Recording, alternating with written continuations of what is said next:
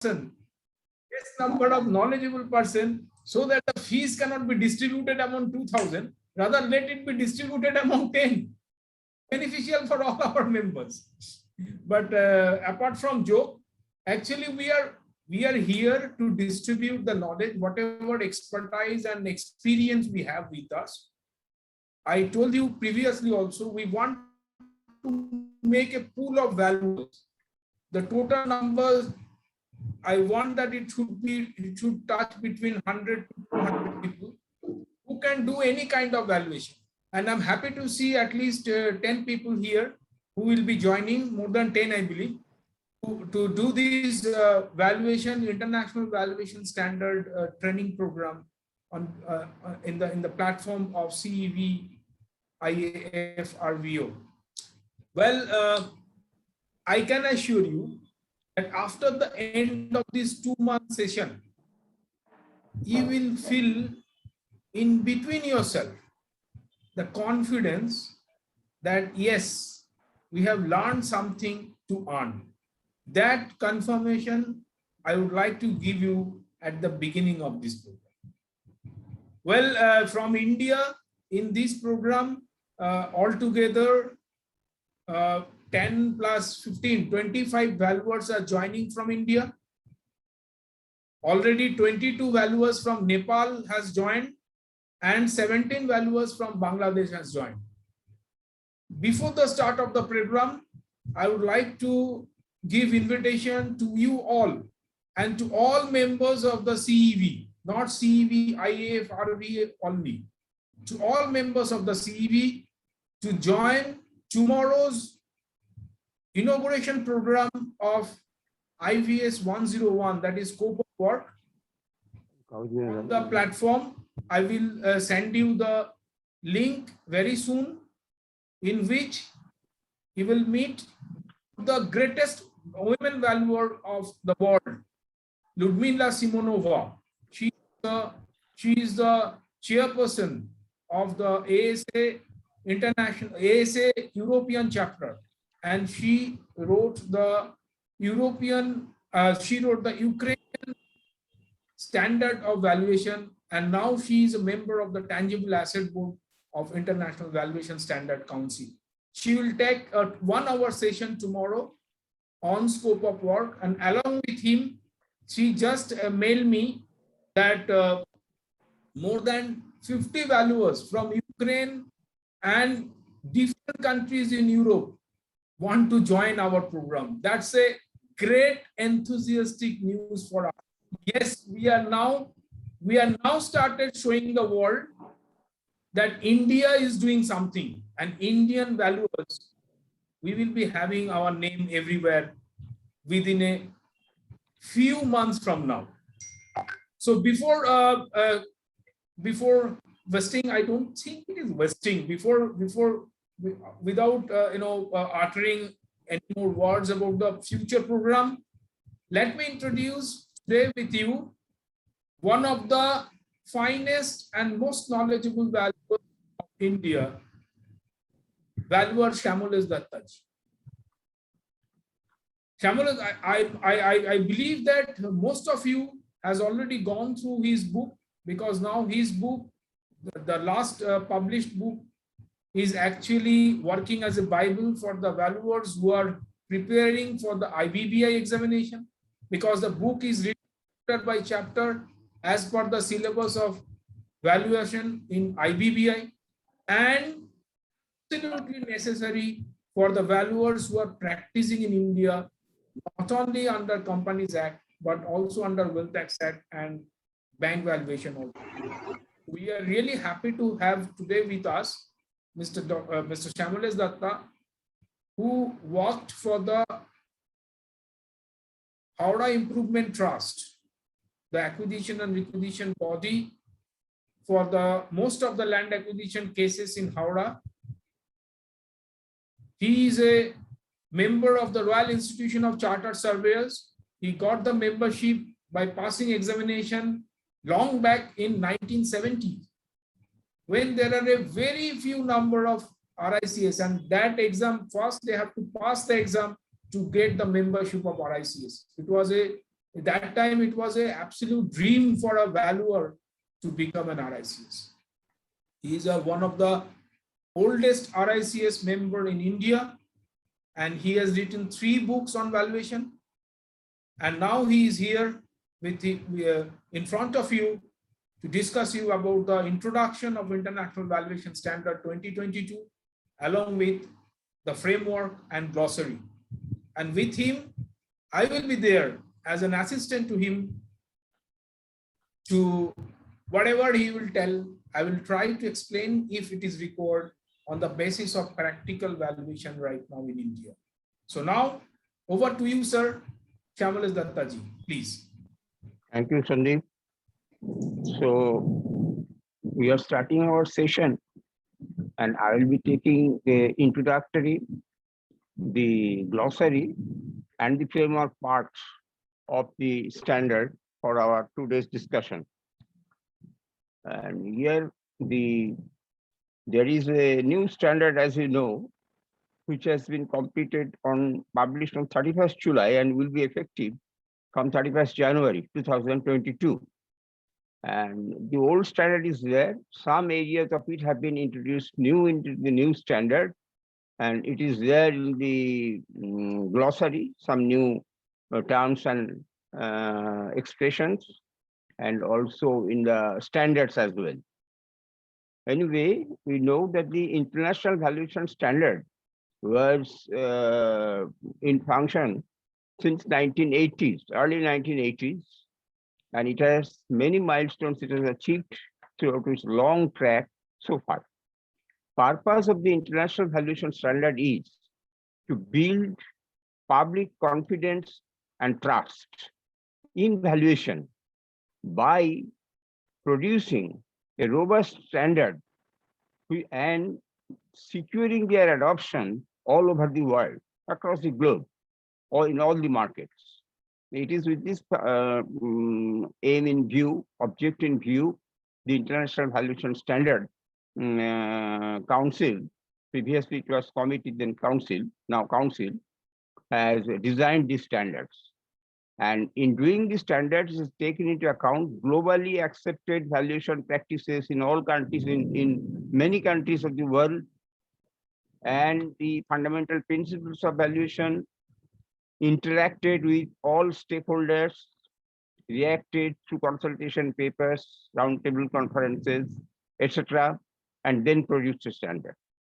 A profession is expected to come out if it if it adheres to the standard. And by a profession, you know that it means a group of people having specialized knowledge in an area of learning that on which people may repose their trust and confidence. It is with that view these standards have been made. You know, the preparation of these standards, a long background history. Previously, there was no, in 1970s, there was no standards. The evaluation were being done in accordance with following the directives of the honorable courts, almost in all countries. I think, Sandeep, I may make a little digression giving the background. And the history is that it was in 1973 when the commercial rent in England were frozen in order to curb inflation. It was at that time inflation due to global oil crisis were very an extraordinary event, and it hit almost all countries of the world. And in order to curb inflation, the commercial rents were frozen in England in 1973. But as a result, the commercial property market in England crashed. The valuers could not realize what was going to come, and as a result of freezing down the rent, the commercial developers could not sell their leases. They could not refund their borrowed fund to the banks, and the banks in turn could not refund the depositors' money. So the banks were in jeopardy, and the phenomenon also grasped other property sectors in England. And so the whole economy was in turmoil. And then the big banks in England came out with a lifeboat policy to save the smaller banks from this total from their total collapse. And it was at this juncture that the process of valuation followed by the valuers were somewhat questioned. And the Royal Institution of Chartered Surveyors came out with their reaction. They had drawn up the appraisal and valuers manual, subsequently known as the Red Book of Valuation in 1976. But this phenomenon again occurred in other parts of the globe as well. The debacle of the economy, the setback of the economy due to poor valuation standards, in many cases was present and could not be dealt, such as in USA in the 1980s, the Savings and Loans Association, which would advance fund and mortgage loans, the Savings and Loan Associations had invested in highly risky commercial real estate. And in this case also, the real estate market suddenly collapsed, and the economy was again in jeopardy. And the USA government came up with the solution for certification of the valuers before they put up their valuation. After this, in 1997, the Bangkok Bank of Commerce in Thailand, it also sank under its property loans. And the phenomenon, the reaction was so high that the entire Southeast Asian region economies, the Asian tigers like Malaysia, South Korea, Indonesia, Singapore, all of them, they had a crash in their share markets. And due to globalization, the ripples of the disaster even reached the USA and Russia. Their economy had suffered certain amount of setback due to the 1997 following Bank of Commerce in Thailand. And then we know of the global meltdown of the 2008, what happened in USA. You see that although the poor valuation standards are responsible of the other disasters, it is believed that it was not valuers alone or valuers themselves that were responsible for the global meltdown, real estate crashes, real estate market crash in USA. What has happened since 1989 to 2007? The real estate markets in USA never went down. It always went up. Although at the same time, the real estate markets in UK showed a roller coaster drive, and in Japan, since 1990s onwards, up to 2005, the real estate market prices showed a continuous fall. So in spite of the globalization, the real estate market scenarios were not connected globally in that way. And in USA, the investment bankers, they had unscrupulously lent funds to subprime lenders. It was the subprime lending that was in crisis.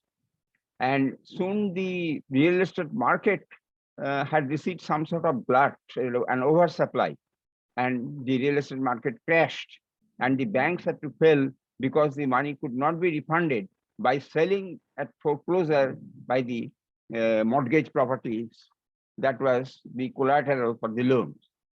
And the history of this is known to us. There was a crash in the share markets where the surplus from the real estate investments of the banks were invested, and the entire world economies, all the entire world economies came to a serious crash. So it was to exclude all the effects of the poor valuation standard. The valuation standards under the international valuation standard has been designed and continuously revised and modified. In this case, in the new standard IVS 2002, two principal codes has been observed by the International Valuation Standard Council. One is the standard setting code for standard setting, and the other for core principles on valuation, core principle for standard setting, and the core principle of valuation. So can I see the slide?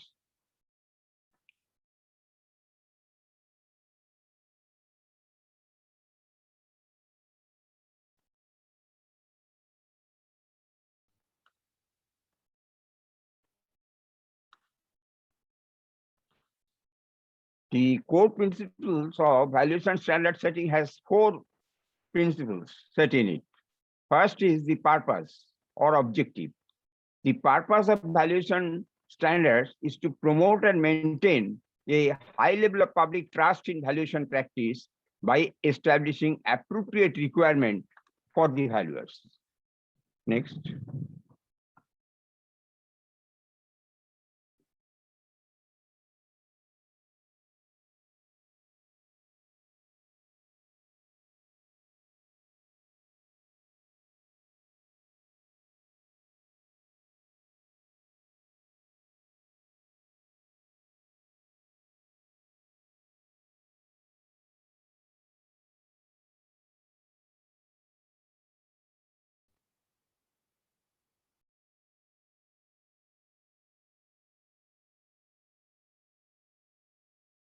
Valuation standards.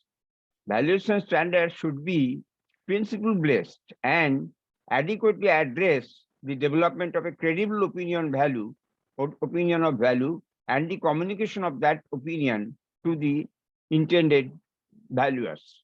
Next. To the intended users.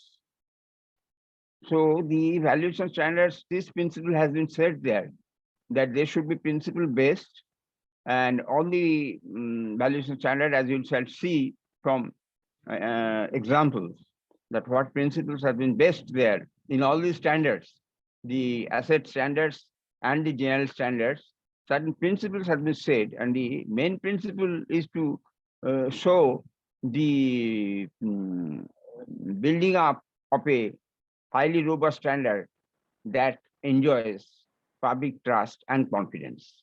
Next. Development and revision of standards. Standards are to be created and revised when necessary by way of a transparent process after appropriate exposure. This is the way the IVS follow in the revision of their standards. They work for a lot of exposures, namely, they go through the consultation process with all stakeholders, then they interact with other standard setting bodies in other financial markets for their details of their standards, and the outreach activities like roundtable conferences and other sorts of connections with the intended users and other stakeholders. So before revising the standards, the IVS consults all the accepted principles of valuation and practices of valuation all over the globe, and does these interactions with the parties as stated. 4. Next. Jurisdiction. Departure from the standard to comply with legislative and regulatory requirements that are in conflict with the standards are allowed. In certain countries, there are different laws to be followed than stated in the standard for valuation of properties. Examples will be given when we discuss this aspect soon after this. And this states that if there is any authoritative, legislative, or regulatory requirement of a country at the national or local level, then those principles enshrined by the governments or regulatory authorities are to be given preference over the provisions of the valuation standards. They will precede the standards. In those cases, this will be called as acceptable departures. These departures are not really departures, but following the country's jurisdictional law. And so these departures must be followed in a standard. If we do not follow these departures, then that will not be in compliance with the international valuation standards. Next, we come to the core principles of valuation. There are several principles that has been set by the International Valuation Standard Council in the core principles of valuation. First is the ethics. Valuers must follow the ethical principles of objectivity, impartiality, confidentiality, competence, and professionalism to promote and preserve the public trust. You know, this is integrity. Integrity, objectivity. Integrity, we understand what is meant by integrity. You must be loyal and faithful to the work he is producing. Objectivity means an unbiased process, unbiased capability of making judgments regarding evaluation of the assumptions and the inputs. That objectivity will be made in such a way that it is transparent and it is excluded all subjective elements in the matter. That will be called objectivity in the method of valuation, produced in the method of valuation. Impartiality will not be biased to any side. Valuer will not be biased. This ethical principle will follow. Confidentiality, the contents of a valuation report is confidential. It shall not be divulged to any other party due to the reasons of privacy. Confidentiality brings the need maybe that the divulging the inner contents may put a party into disrepute or may made his policies known to others on these things. So the confidentiality must be maintained.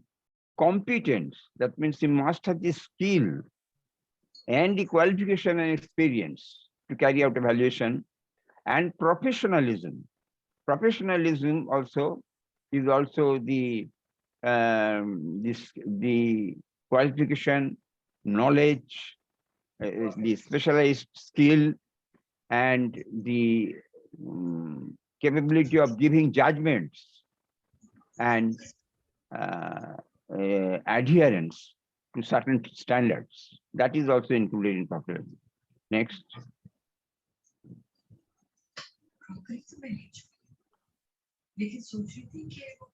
Competency. At the time the valuation is submitted, valuers must have the technical skill and knowledge required to appropriately complete the valuation assignment. That is every essential point of valuation, that the technical skill and knowledge must be with the valuer so that he can be capable of carrying out his assignment. 3.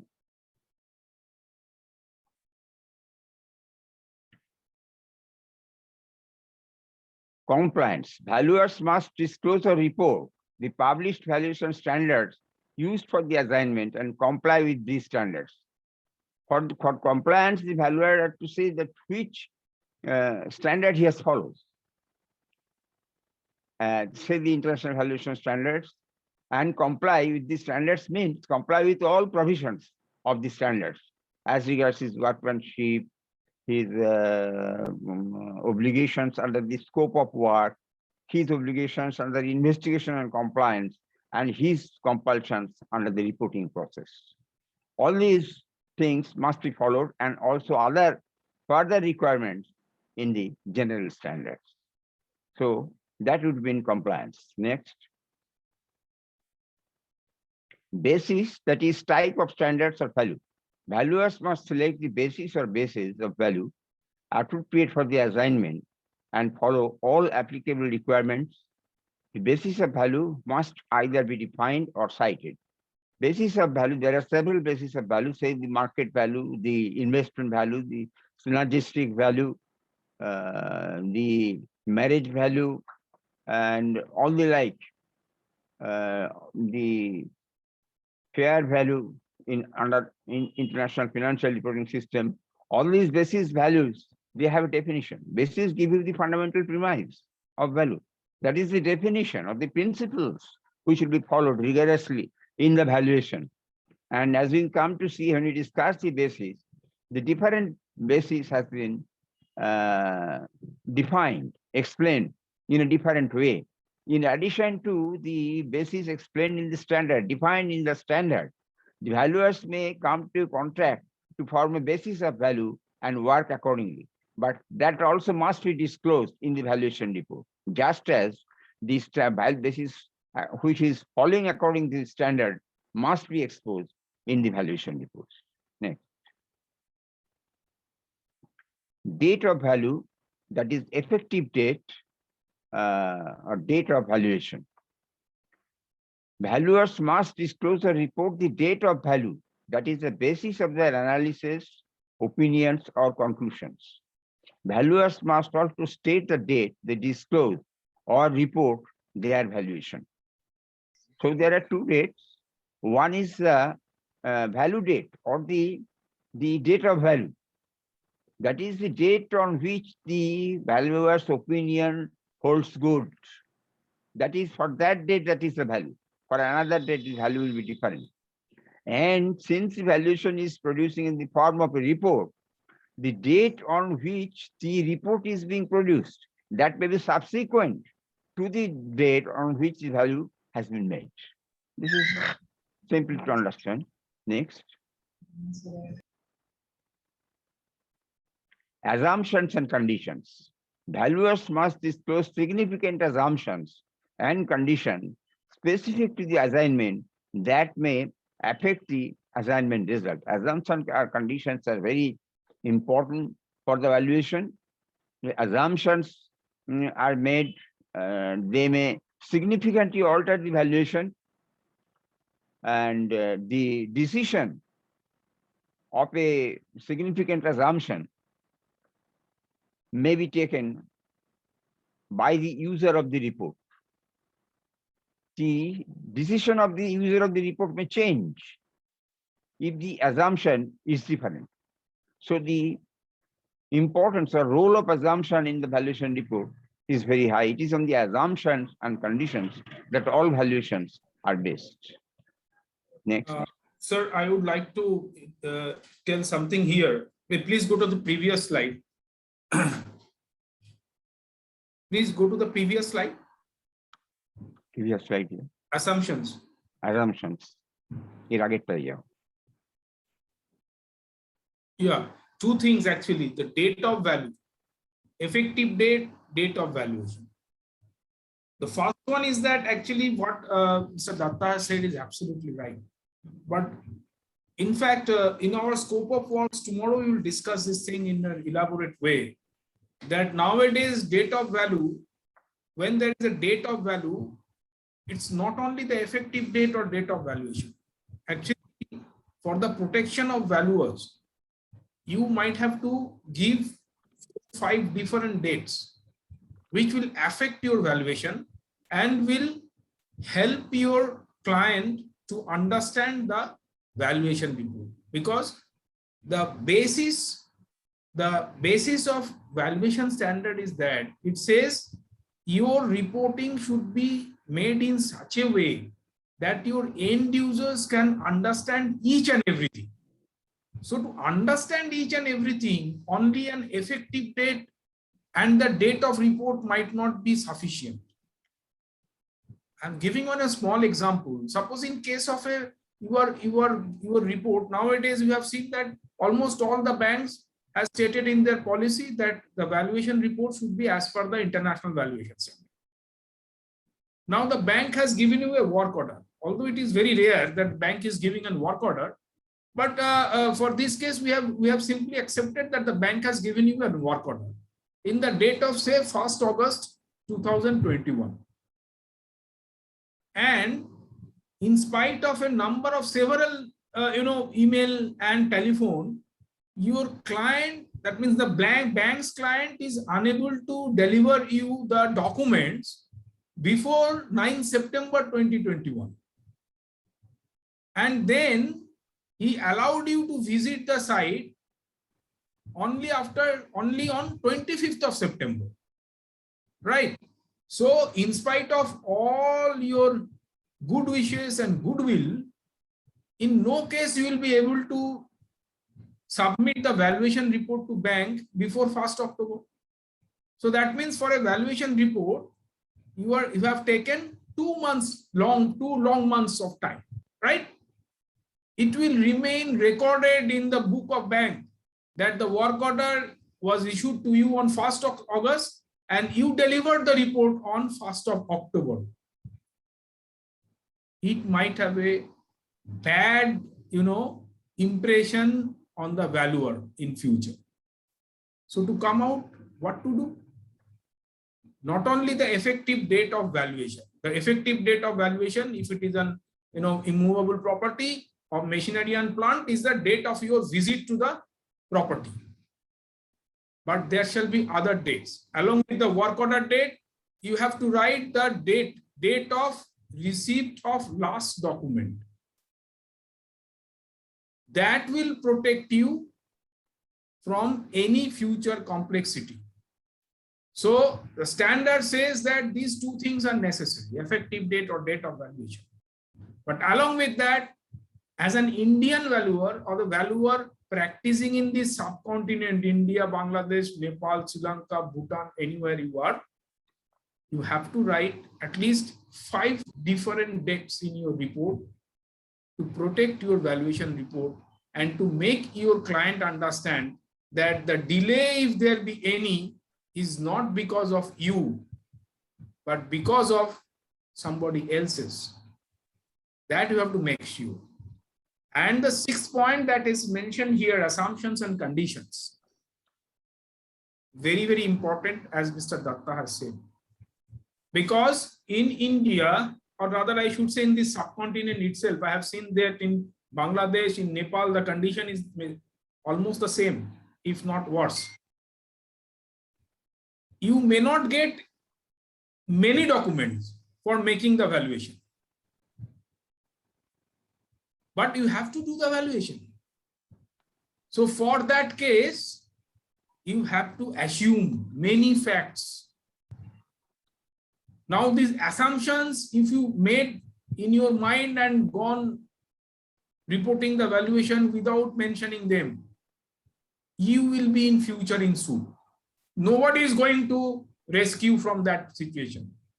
The very best, very important thing you have to learn in today's valuation is how to write a proper assumptions in proper way.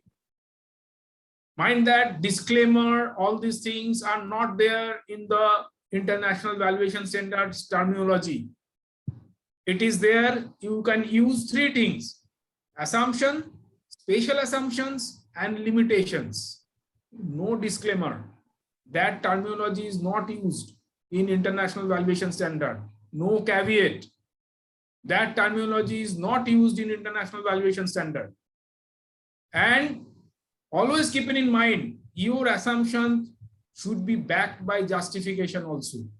You cannot assume anything you want. If a 5-storied building is not possible in front of in a abutting road width of 6 feet, it is not possible, whether the sanctioned building plan is available or not. if you assume that the 5-story building which is built abutting on the 6-feet road, there is an legal approved building plan which is kept by the client, that cannot be an assumption. You cannot take the coverage of that assumption. It will be treated as a wrong assumptions and you will be penalized. So be careful. Assumption does not mean any kind of assumptions you can make to protect yourself. Not possible. Sir, please, next slide. Thank you, Sandeep, for the valuable tips. We will go to the next slide. Intended use. Valuers must disclose or report a clear and accurate description of the intended use of the valuation. That is, it is simple to understand that you must have to write, the valuer must have to write in the report, communicate to the client the use to which the valuation can be put or utilized. That is the only use to which the application of the valuation is restricted. And that is to be learned by the valuer from communication with the client. Next. Intended users. Valuers must disclose or report a clear and accurate description of the intended users of the valuation. This is also important for the valuer, because if he does not write the names of all intended users, they cannot in future utilize this valuation for their purposes if their parties with similar interest connected or working together. So this is also important. The valuer has to learn from the client who are the intended users and give their all name so that they are permitted to use the valuation actually. So here also, sir, I would like to interfere a little bit. You see, intended user and users means there may be one intended user, there may be more than one intended user. Intended user, if it is a singular number, then it could be your client, any bank, single. But those who are working for big portfolio valuation or factory valuation or company valuation, more than 500 crore property, something like that, it is always a consortium banking. So in case of a consortium banking, you have to write two things. One is the intended user is the bank who is giving you the work order. And in the next point, you have to write other intended users. Either you have to write the name of the other consortium banks, or you have to write just that the other member of the consortium banking are the other intended users. So in that way, clearly you have to write who are the intended user or users of your valuation report. You have to be very particular on that, because why it is essential for Indian valuers to understand? Because of forgery. I know a number of valuers whose valuation report has been taken by one bank, and that valuation report is used by that fraudster in at least 5 different other banks. If you do not write the specific intended user name, then the same thing can happen to you. And then you will be charge sheeted with the section 120B. That means criminal conspiracy. Because your signed report has been given to 5 different banks, he has acquired loan. But if intended user is specifically written in your valuation report, you are absolutely safe. So the standard setters, they know it very well, what is the situation in the financial market. That is why it is very, very essential to write specifically the name of the intended user in your valuation report. Sir, next slide, please. Thank you, Sandeep. Next. Scope of work. The one of the most important areas of the valuation standards. Valuers must determine, perform, and disclose or report a scope of work that is appropriate for the assignment that will result in a credible valuation.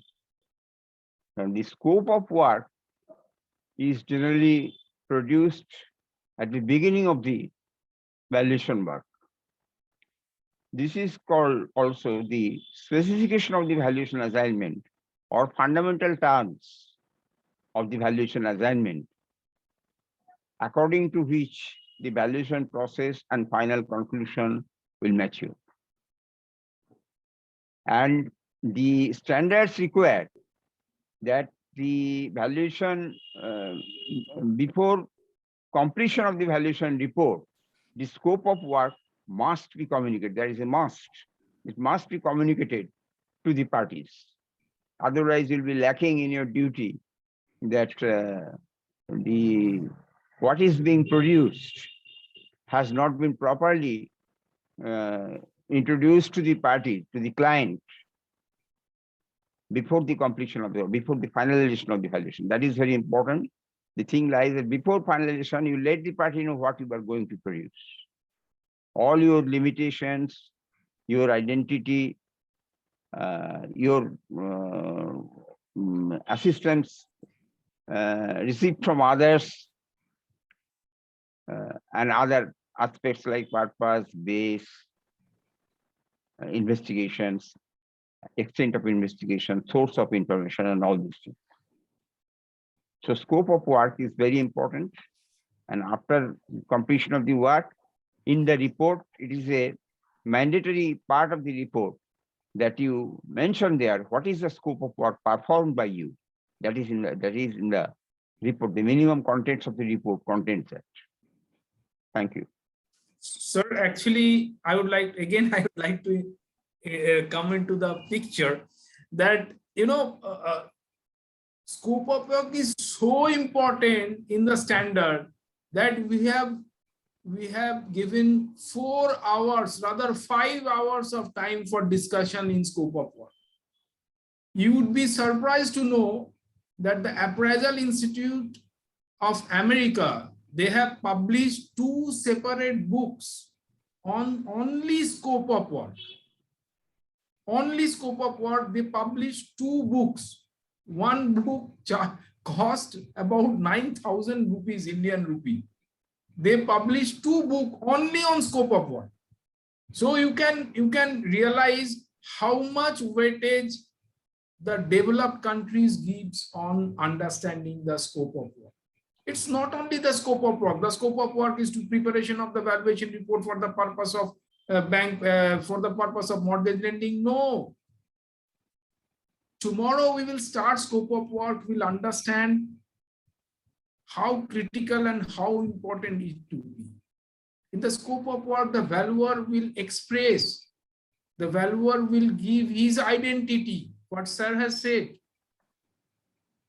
that what you are, what is your capacity, capability, what is your educational qualification, who you are, what license you bear, what is your experience. All these things you have to write against your name to start with the scope of work, so that your client has got a confidence over you, over the valuer, that yes, I have chosen the right person.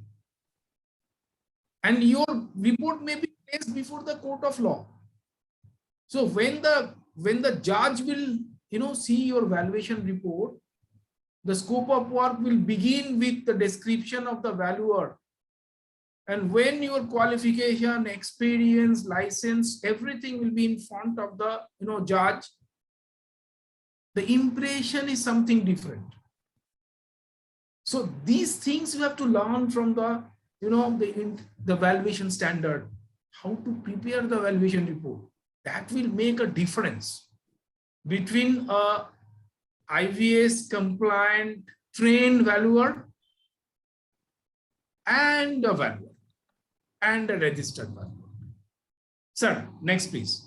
Next. Thank you, Sandeep.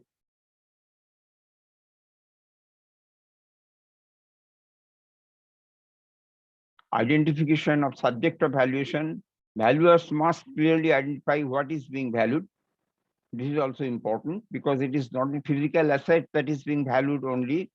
The rights associated with valuation, with the asset, is important for the purpose of valuation.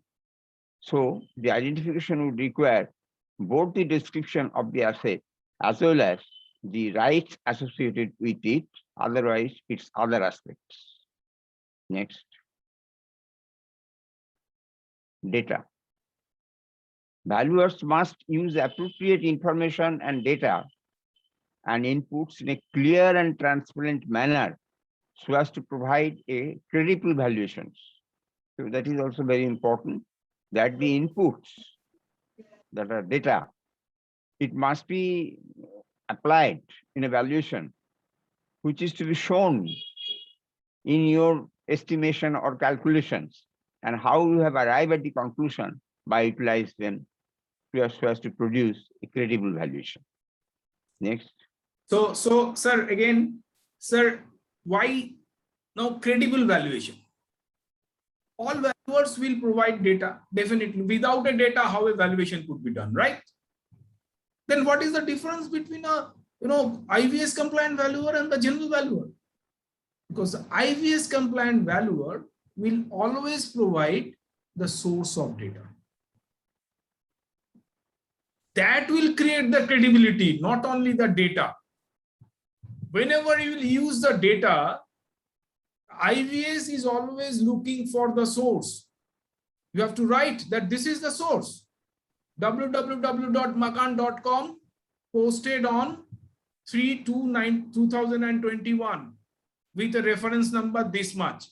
And you have to attach that source, the page, the screenshot with a printout with your valuation report. That will make your valuation credible. If you say, because standard says that your data source should be such that your client can check the source. It's not a fake. It's not a fake data. If you do not give a source which can be checked by the client, it will not be acceptable. The credibility will not be there.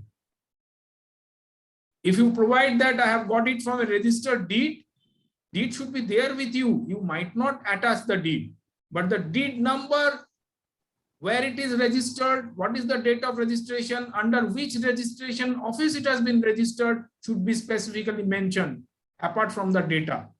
And if you do not attach the deed, because it's a huge volume, it may be a voluminous, but you have to keep the deed. If at any point of time, court of law, arbitration, anything else, investigation agency may ask you that you have provided it, let us show. Please show me the deed from which you have the data you have taken and you make this huge valuation. You have to provide. So this is called credible data. It's not only data, it's a credible data. Thank you, sir. Thank you. Next comes valuation methodology. Valuers must properly use the appropriate valuation methodology or methodologies to develop a credible valuation. This means the whole process of valuation will indicate the methodology.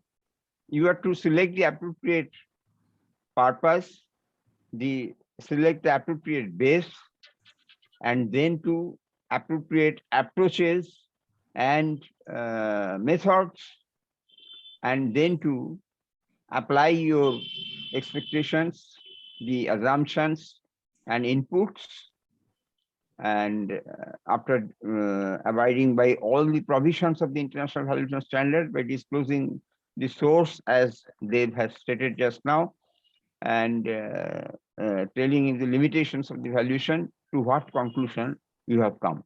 So you must properly describe all these things so that you can develop a credible valuation. Next. Communication of valuation. Valuers must clearly communicate the analysis, opinion, and conclusions of the valuation to the intended users. That is a duty of the valuer, that you have undertaken a valuation. And the communication is made through the report. It is the reporting that, and it's setting out the report in certain fashion and giving out the minimum contents, providing for the minimum contents and all that is necessary in the international valuation standards to analyze opinion and conclusion, the communicate the analysis, opinions and conclusions of the valuation to the intended users. So the Next. communication, the mode of communication. Here comes another thing you have to understand. What shall be the mode of communication of your report, of your understanding, of your reporting? Well, there is a huge change in reporting of, in communication of your valuation report between the pro-corona period and post-corona period. If we are at the post-corona period.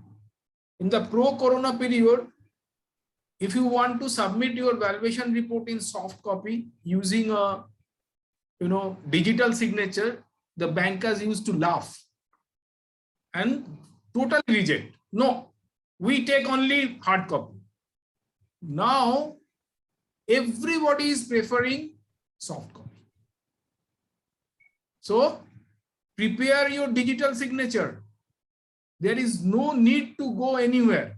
Prepare your soft copy, sign with a digital signature, send through mail, even you can send through WhatsApp.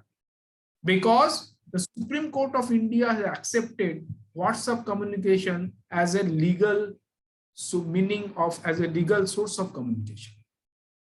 And I personally, I can tell you my own experience. I am sending my reports through WhatsApp, and the bankers are very happy because they can send it to his officer immediately through WhatsApp and to 10 persons within a second. And if it is a hard copy, it's very difficult to carry and to send. They have to copy, they have to scan, and then they have to send to your valuation report you have submitted in Nasik or you have submitted in Trivandrum, and the SBI person had to send it in Mumbai central office. How to? So the situation is changing drastically before COVID and after COVID. You must prepare your digital signature and start signing with digital signature. Use minimum hard copy. Ask the client to send the all the informations through mail, scan copy. Don't keep the hard copy with you. Even when it comes to you, scan it, send it back. Because we cannot keep all these documents. We used to do 1,000 valuations a year. That means 1,000 documents, 1,000 into 10, 10,000 documents. What do you keep it? You have to keep the documents for a minimum of 3 years, if not more. That means you have to hire another, go down to keep the documents. Now scan it, put it in the cloud and use it from there. This is the new generation, new age valuers. And you are those. Sir, next please. Record keeping. Yes, record keeping. Part of it already Sandeep has stated how the record is to be kept. And valuers must take a copy of the valuation and a report of the valuation work performed for an appropriate period after completion of the assignment. If there is a statutory provision in a law, then it is for that period. Otherwise, you have to consider how much will be a safe period for keeping records and give a judgment on that. Next.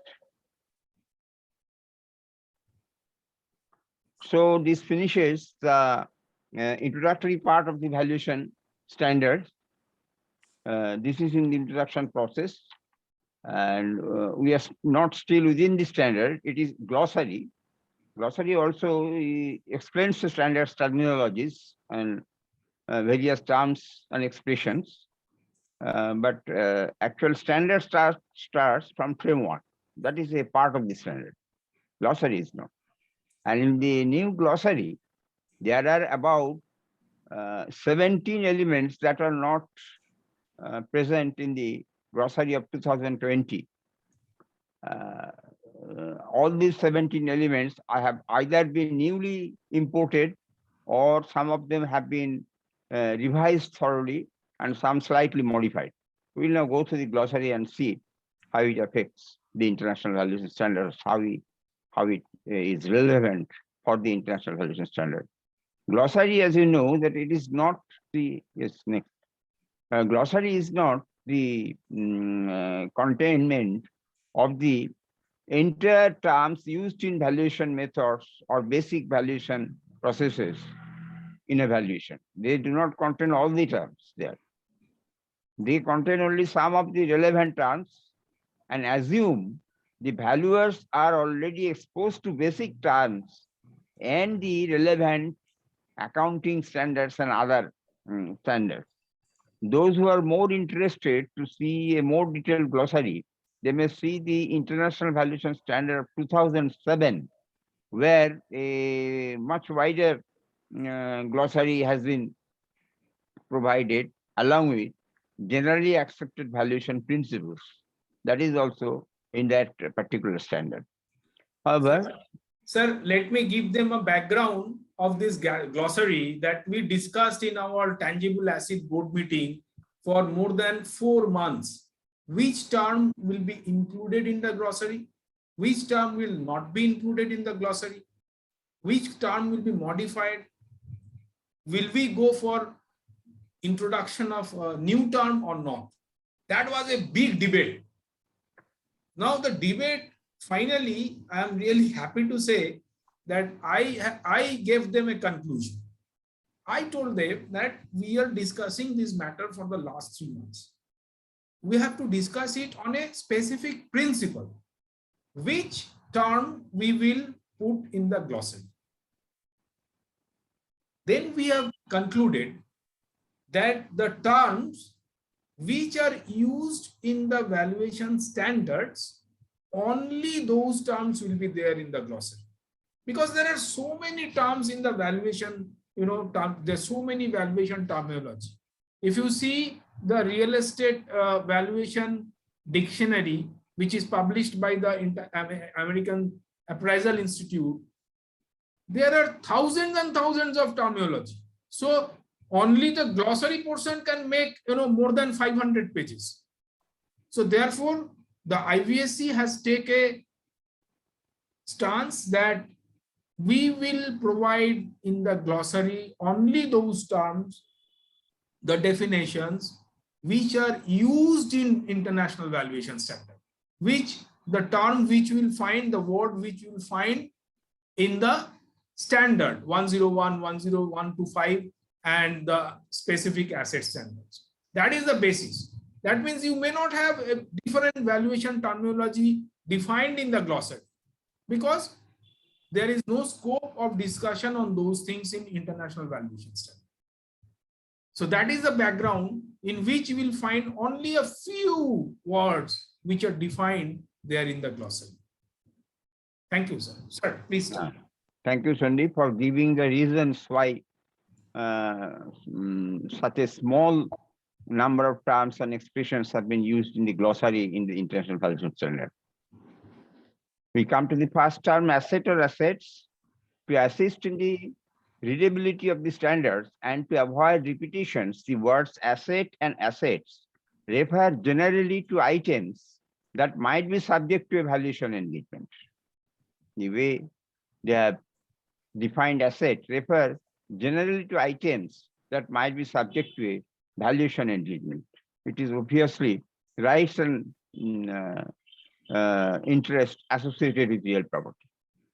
Unless otherwise specified in the standard, these terms can be considered to mean asset, group of asset, liability, group of liabilities, or group of assets and liabilities. So the liability, the term liability also purported to mean asset. In the classification of asset, a liability may also come. You see, a liability, an asset may be a liability. Suppose there is a freehold property and has been allowed a long-term lease at a very low rent, so that the landlord's outgoings, the operating costs of the property or the management costs of the property are higher than the rent receipts, and the asset is the leasehold right is a liability. And in the asset, they may include both the asset and reliability. That is one example. There are many other forms of example where the real estate assets may include reliability. Next. Basis of value.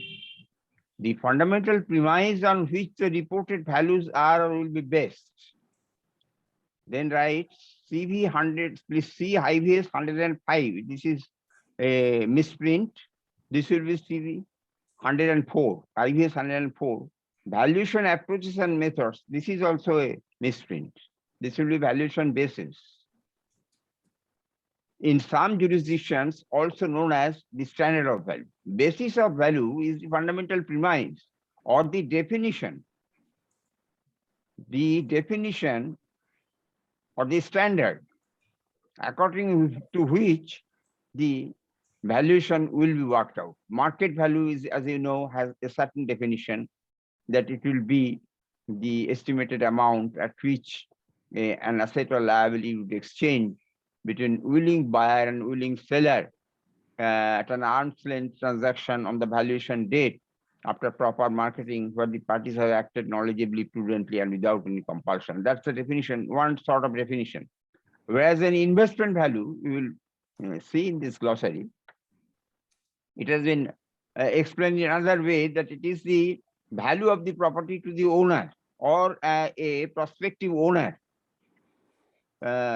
according to his investment criteria, which may be different from the market criteria. And so investment value is a particular person's investment criteria, which is different for market value.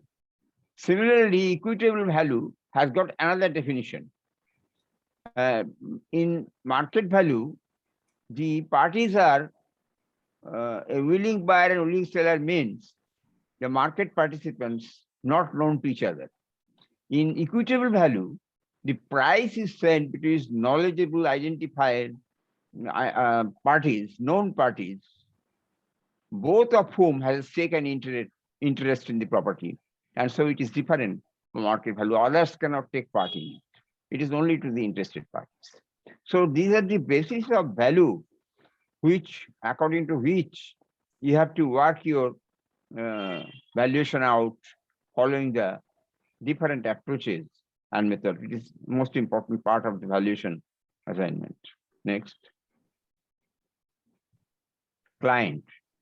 The word client refers to the person, persons, or entity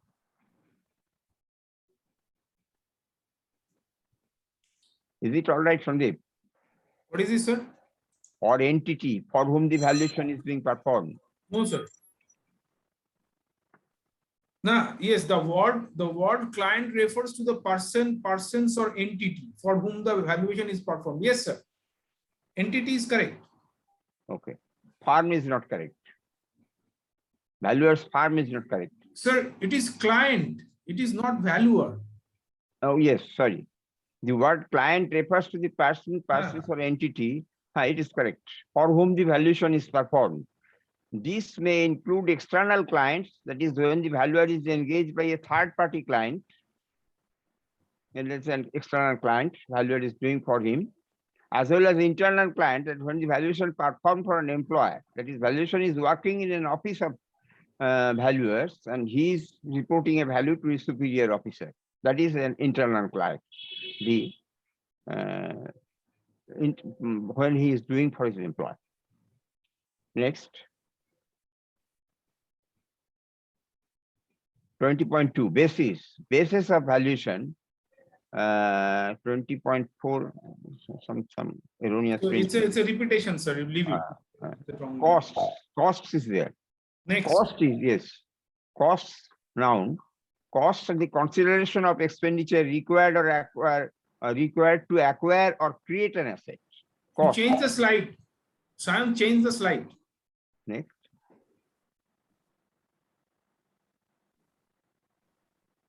Discount rates. A rate of return used to convert a monetary sum payable or receivable in the future into a present value. This is this definition is also new in the glossary. and also in the international valuation chart, discount rate has been described under the income approach, but not defined. However, here it is defined as a rate of return which convert the monetary sum. It is the present value of rupee 1 to be received at the future date. The present value at which rate it will be discounted is the discount rate. Next. Equitable value I was talking about.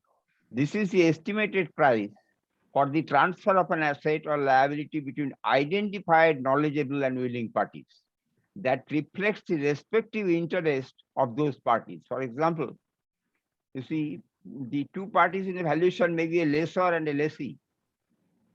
The lessor has leased out the property to a lessee, and the rent is very old rent, it's a low rent, and the lessee does not have a power to sublet or transfer his interest to an outsider.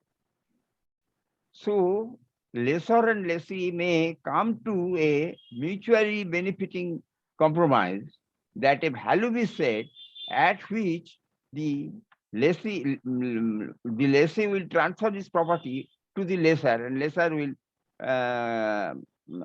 release a sum for acquiring the interest at lesser value, because the lessee has no option to sell the property at the profit range that will be available from the property if it would be disposed to the market. He has to accept less than that. So he will come to a compromise with the lessor, and the value will be set, which will be called the equitable value. Next. Fair market value. This here what has been defined is not used. Fair market value is there in our country in Income Tax Act. For the Capital Gains Act, it is used, the fair market value is used as the basis of value, at present the valuation base year being 2001. Here the fair market value, these terms are defined by the Organization for Economic Cooperation and Development, which defines fair market value as the price a willing buyer would pay a willing seller in a transaction on the open market. This is much in the same line with market value. However, this is not used in our country. In other countries, when the valuers go for a valuation report, they may use this. For United States tax purposes, regulations, such and such states, the fair market value is the price at which the property would change hands between a willing buyer and a willing seller, neither being under any compulsion to buy or to sell, and both having reasonable knowledge of relevant facts. This is also another definition of fair market value, which is being used in the United States, not in our country. Our fair market value is differently defined. And here also, this is also in the same line with market value. Next. Sir, here I would like to interfere a little bit. Come to the previous slide. Fair market value. Actually, you will find that in India, there is a tendency to replace the term market value with a fair market value. But be careful on that, because fair market value is defined separately and market value is defined separately. Although these two definitions may be close to each other, but not the same. So be careful on that. And fair market value, you have seen that from country to country, the definitions vary. In India, if you want to use, if you say that my report is international valuation compliant report, you cannot use a fair market value term here unless you have been to use by the statute. If you want to do the valuation for the purpose of income tax, for the purpose of capital gain tax, for the purpose of construction cost calculation, in all those cases, you cannot use the word market value. Although you can write the, your report might be international valuation standard compliance, but there you have to use the word fair market value, not the market value. And you have to give a departure statement for that separately. Because you are using a fair market value definition. You are using a what fair market value in spite of market value. So you have to clearly state in the departure section that because of the statute under which I am doing the valuation, I am using the term fair market value instead of market value as defined in international valuation standard. Be careful. If you give your statement in the reporting, when you make a valuation report for the purpose of capital gains, for the purpose of income tax, for the purpose of wealth tax, if somebody asks for the purpose of cost of construction in the income tax, you have to use fair market value, but don't forget to give a departure statement that here I have used fair market value in place of market value because of the requirement of the statute, right? So I would like to interfere there to make you understand what is the meaning of fair market value in India and how to use it. Thank you, sir. Next. Thank you. Next, there is a fair value. This fair value is used in the international valuation standards. Fair value is the price that would be received to sell an asset or paid to transfer a liability in an orderly transaction between market participants at the measurement date. This is the same thing as market value defined in a different way with different terms used in the definition. When you were reporting market value for international financial reporting standards such as balance sheets or profit or loss accounts, you have to report instead of market value, the fair value according to this definition. Fair value has got another meaning in Indian laws, such as in the bankruptcy code. Their fair value has been defined as the realizable amount of the liquidated property, and this definition also is in same line with market value definition of IBS, excepting that it is a realizable value. So that fair value is again another different thing. Next. Intended use. The use of a valuer's reported valuation or valuation review results as identified by the valuer based on communication with the client. So we had seen already intended use and intended user. The intended use valuation review results are identified by the valuer. How this intended use is determined is stated that the valuer will identify it on communication with the client. Next. Here also intended user, we have also discussed it in the general principles introductory part. Here also the valuer will determine. How will it determine? The client and any other party as identified in the intended user. Sandeep has told a lot about how this is to be done in case of a party with connected interests. By name or type as users of the valuation or valuation review report by the valuer based on communication with the client. This one is also to be worked out by the valuer by communication with the client, who will be the intended users. Next.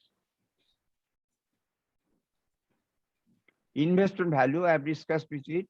Again, the value of an asset to the owner or a prospective owner, given individual investment or operational objective. Investment value is also called the worth. There is a small change. Investment value, this definition is a new import in the glossary. It was previously in the standard 104 only. Now it has, in addition, be brought and given a place in the glossary. And there is a small change in the investment value. The value of the asset to the previous standard would say to one particular owner. That has been changed to the owner. Meaning has not been differentiated much, and purpose also has not been differentiated much.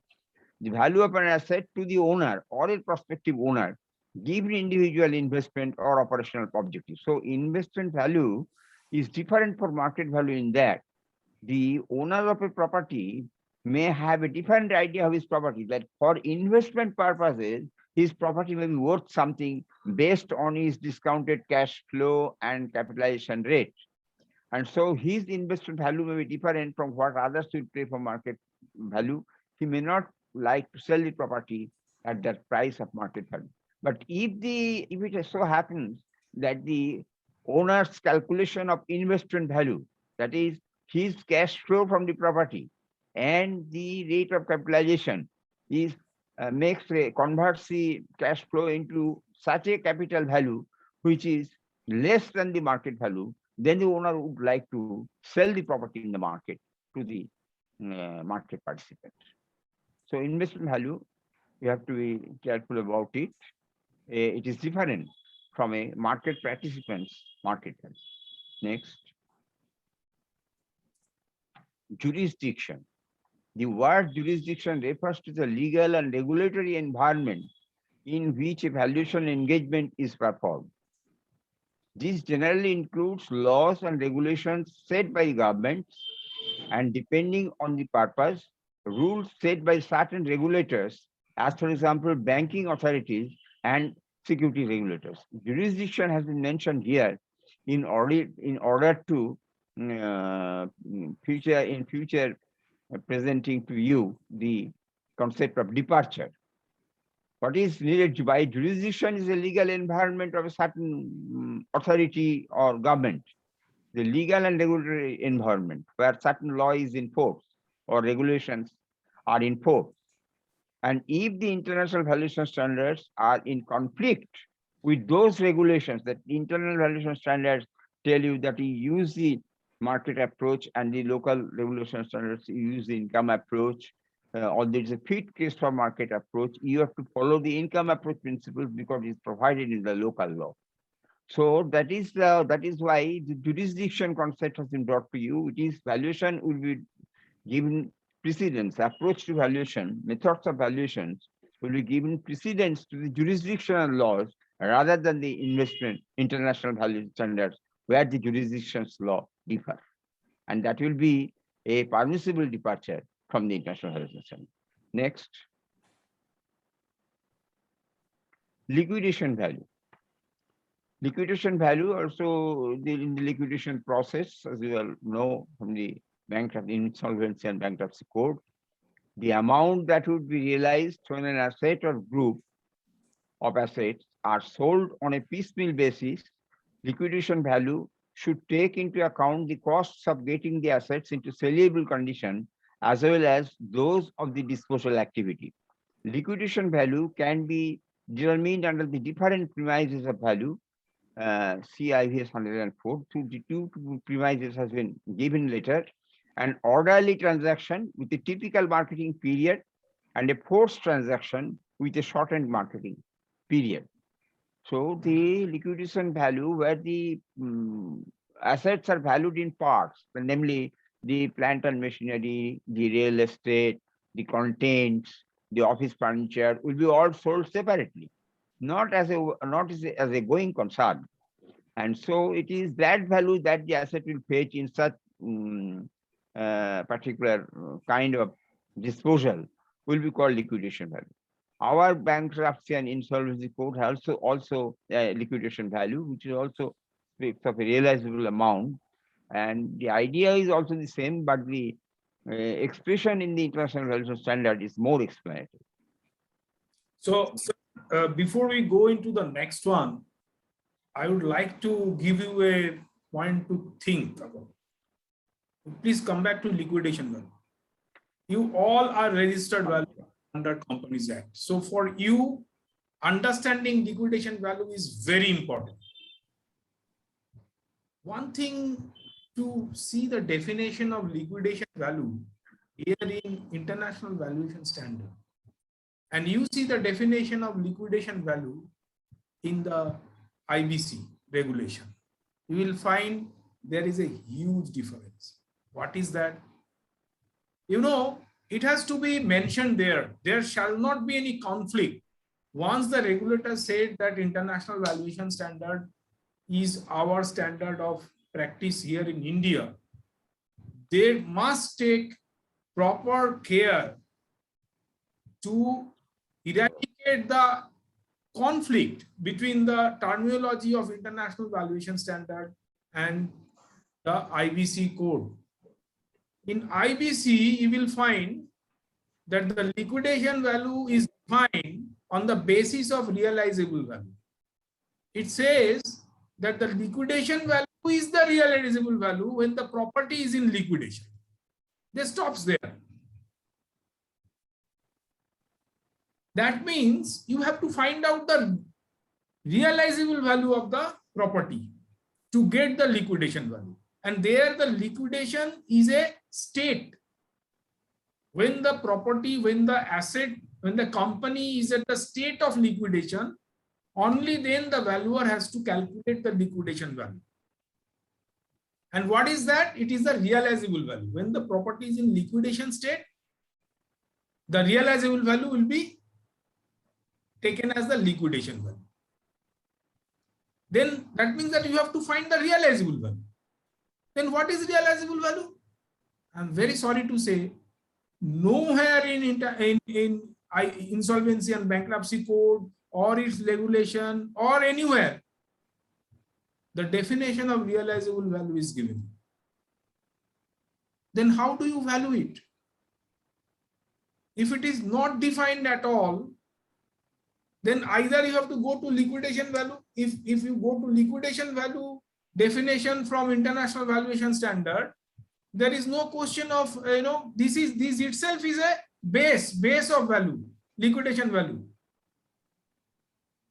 But if you try to find out the definition of realizable value, only realizable value is defined for real estate in the Dictionary of Real Estate published by Appraisal Institute, where it says that it is the market value less 1, 2, 3, 4. So that means to get the realizable value, the base is market value. Unless you can find out the market value, you cannot reach realizable value. First, you have to find out the market value, then you have to deduct to go to the realizable value. And when the company is in liquidation, then it will be the realizable value, which will be the liquidation value as per IBC. But here it says differently. It says that the liquidation value is only when it will be sold in a piecemeal basis, all assets, everything. Now, if you sell a flat, an apartment building, an apartment in a piecemeal basis, does it make any difference? No, because a flat is sold in a piecemeal basis only. But if you want to sell machinery in a line of a machine, like in a steel plant, then the value will reduce drastically. It will only be a scrap, nothing else. So huge thing has to be done, huge research work has to be done in case of insolvency valuation. I'm telling you, my friend, for liquidation value valuation, I have asked 8 very well-known valuer all over India how we value the liquidation value. Only 1% give me a little bit of answer. Nobody else. It's a very dicey area. And the Indian valuers are, they are devil. They can do anything they want. Whatever task you give to an Indian valuer, he will do. He will do whatever. Now the outcome, he himself doesn't know, but definitely he will do. He will not refuse. He will never say that, sorry, it is, I don't know. We never said this. We say, yes, of course, we can do that, but it's very, very risky. Up till now, the valuation reports in insolvency cases are not challenged, but the days are not far when it will be challenged. Once it started challenging the valuation report in insolvency cases, the valuers are gone. The IPs, the challenge of IP has started, and many IPs are facing threats and thrash from the different courts of law. So very careful in understanding liquidation value, doing liquidation value valuation in case of valuation. Be careful. Sir, next, please. I may just add only one point to what you have stated already. In the bankruptcy code, insolvency and bankruptcy codes in India, the liquidator in the chapter on realization of assets has been given power to dispose the asset on several alternative footing. And one of them is a standalone basis, another is a in parts to in parts, and there are presumptive sale and other basis there. That's it. Thank you. Sir, if you see, people always, start criticizing the bankers and others that why the value are coming down so drastically. Now, liquidation sale cannot be a process to recover the money, because the definition itself says it could never go beyond 10 to 15%. You cannot expect, recovery of money through liquidation process. Recovery of money is possible only through resolution process, which is absolutely a failure. People are very happy because liquidation is perfect. Every property is going by liquidation. But IBC, the Insolvency and Bankruptcy Code, is introduced to facilitate the, to facilitate the resolution process, not to start the liquidation. Very unfortunately, the IPs who are practicing as a resolution personnel, they, in their office, if you go, they do not have more than 10% employee, and they have given the charge of running a 1,000 crore turnover company. How they could be? They do not have any idea how to run a company. But they are given they have given the task of resolution of this 1,000, 2,000 crore property, how this turnover company, how it come to, come out of this problem. So I'm sorry, this is not the forum to discuss all these things, but you are the professional, we are the professionals, that we have to think over it. Otherwise, like this one, it will be failure, absolutely. So, okay, sir. Let's go to the next one. Thank you. Next.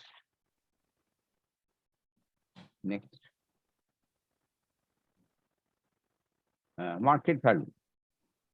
The most celebrated value in the valuation standard.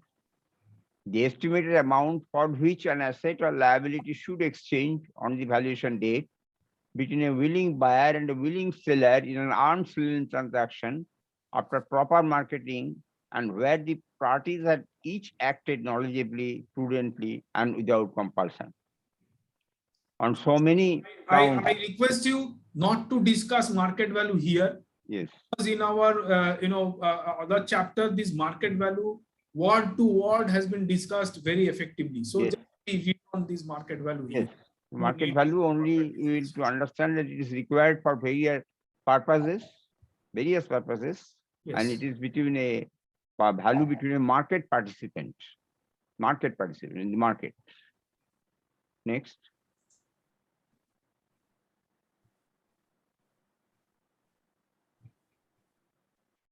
Here.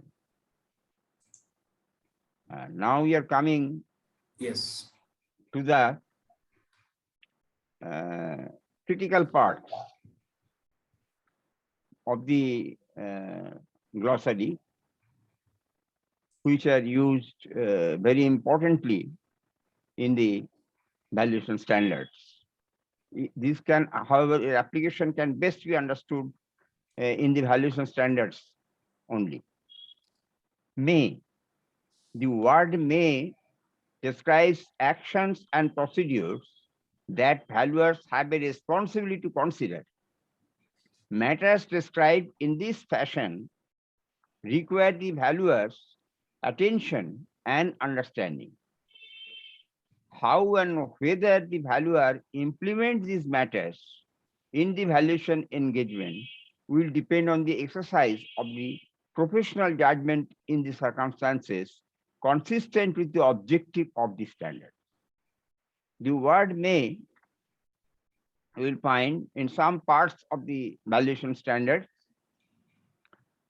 if there is a word may used for any action or procedure, that means you have to consider, the standard wants you to consider that action and procedure, whether you will take this. An action has been said, such as for example, in the IBS 102, in investigation and compliance, the standards say that the limits to investigations may be set, but the limitation should not be such as to destroy the credibility of the credibility of the input data or assumption. So here the limits may be set. The valuer may set a limit with the client that he will investigate up to this part. But if this investigation limit does not come to his credible valuation opinion, does not lead to his credible valuation opinion, then the investigation ought to have been done beyond the limit set by him. And the word may there is just as it is discretionary by the valuer should use it in such a way that credibility of the opinion, credibility of his conclusion is maintained. He should use the word and the investigation in such a way. Another area where may has been used, you see, in the valuation approaches and methods, standard 105. In all the approaches, there is may and should. Should is coming after this. We'll see after this there is must, and then there are two other terminologies, then should. So in the valuation approaches and methods, see the market approach. The standard says that if the subject property itself is a part of a recent transaction, then that may be used, then the market approach method may be used. And in addition to it, if the property is being often actively traded in the market, and thirdly, if the transactions are very transparent and very close to the valuation date, then under these circumstances, the valuer should utilize the market approach. But then it says that if the circumstances do not bear out these conditions, that means if the subject property has been sold sometimes in the past, say about 5 years back, or the property or similar or identical properties are traded in the market but not actively, and thirdly, there is no frequent transactions of these properties close to the valuation date. Even under these circumstances, because there is a transaction, property has been set, maybe sometimes in the past, the valuer, then comes the word may. Valuer may use the market approach still then, but it says that it should take corroboration from other approaches, like income approaches, on cost approaches, in such circumstances. There is the expression may there, and there the valuer is to apply his discretion. Very important and very interesting also. Much elaboration of it, we can leave it for the discussion of the valuation basis, but examples are there. The may is there, where you have to apply your discretion, and you have to find out a judgment. You have to make a professional judgment whether that particular work, when there is may and the transaction are not frequent or of recent rate, whether you still use market approach as the as your approach of valuation and conclusion of value. So may is there. So such are the uses of may where the valuation has a discretionary approach. Similar application of may is there in the income approach and in the cost approach as well. Next. Sir, I would like, just in one sentence, I would like to tell you, if there is a may in anywhere in international valuation standard, it is up to the valuer to judge whether he will use it, go by that or not. If the valuer does not use it, does not go by that, still his report will remain as international valuation standard compliance report. But if anywhere it is stated with the word must or should, it is mandatory. May is not mandatory, but must and should used in a valuation standard is mandatory. If you do not follow must and should, then your report will never be compliant report. If you do not consider may, still then your report may be compliant report. Sir. Next we come to must. The word must indicates an unconditional responsibility. The valuer must fulfill responsibilities of this type in all cases in which the circumstances exist to which the requirement applies. That means in must, the valuer has no option to take a different path, to deviate from that procedure. For example, there are so many musts in all the standards. You take the scope of work, it says the valuer must set the limits of the valuation at the outset and will let the party know what is being provided. And it must communicate the scope of work to the party before the completion of work. The valuer must disclose his identity, and if there is in any connection or interest with the party or the subject of valuation. And the valuer must carry out the valuation in an unbiased and ethical manner. Again, the valuers must state the identity of the client, must state the valuation of the assets. So all these are must. And if you go to the valuation standards, so if you, this is in the scope of work, this is in the scope of work 101. If you go to the standard 102, there you find must such as sufficient evidences must be assembled.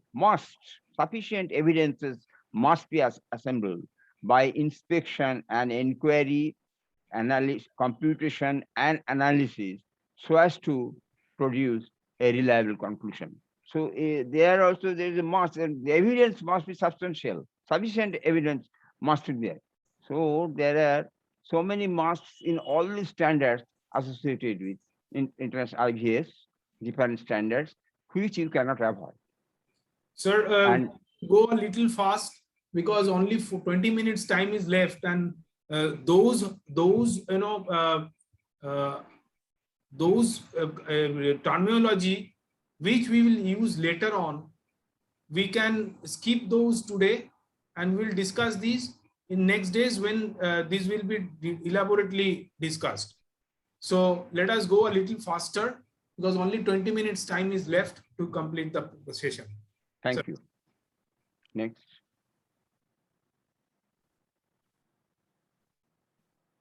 Come to participant. The word participant refers to the relevant participant pursuant to the basis of value used in a valuation engagement. As we have seen in market value, the market participants, investment value, the owner is a participant, in equitable value, knowledgeable entities by maybe 2-3 parties, not the whole market is the participant. Next. Price, the monetary or other consideration asset offered or paid for an asset which may be different from the value. Price is considered as a proxy for value. Right? So long the transaction has not taken place, offered or asked for, it becomes a value. You have estimated what the price could be.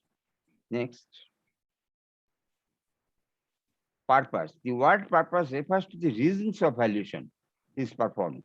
Common purposes includes but are not limited to financial reporting, tax reporting, litigation support, transaction support, and to support secured for lending decisions. Purpose decides the basis of valuation. This is very important for valuation purpose. You will see in the standards. Next. Sir, here I would like to tell the valuers, you come to the previous slide. This is very important for a IVS compliant valuer to use these purposes in your report. Do not write your report for mortgage purpose. Start writing support secured lending decision. Do not write the purpose as sale. Start writing transaction support. Do not write in case of your any taxation valuation, write tax reporting. In case of IFRS compliant valuation, in case of financial valuation, write financial reporting. In case of your court, the valuation for the purpose of court, arbitration, write litigation support. This is very important. That will separate you from a ordinary valuer to a IVS trained valuer when you are using these internationally acceptable terminologies as purposes. Next. Thank you, Sandeep. Next. Should. We have already discussed over it. Should responsibilities are presumptively mandatory. That you have to work it out. But there is one exception. The valuer must comply with the requirement of this type unless the valuer demonstrates, which exception is that, alternative actions which were followed under the circumstances were sufficient to achieve the objectives of the standards. And then the standard says, in the rare circumstances in which the valuer believes the objectives of the standard can be met by alternative means, the valuer must document why the indicated action was not deemed to be necessary and or appropriate. Examples can be given in the valuation approaches and methods where the standard requires should in the utilization of and implementation of certain approaches in valuation. You can discuss it later in the valuation approaches. Next. Significant and material. Assessing significance and materials requires professional judgment. However, that judgment should be made in the following context: aspects of evaluation, including inputs, assumptions, special assumptions, and methods and appropriate approaches applied are considered to be significant or material if their application and or inputs on the valuation could reasonably be expected to influence the economic or other decisions are made in the right of the overall valuation engagement and are affected by the size or nature of the subject matter. It means that you have made an assumption, and that assumption may be a significant assumption. If the decision of the valuer, if the decision of the user of the valuation, your client, is solely dependent on that particular assumption. Just for example, you are doing a valuation and your assumption in future is that the markets will rise, markets will recover very soon. Then that decision, that significant assumption made by you in the valuation may substantially affect the user's decision. So it is a significant assumption. Next.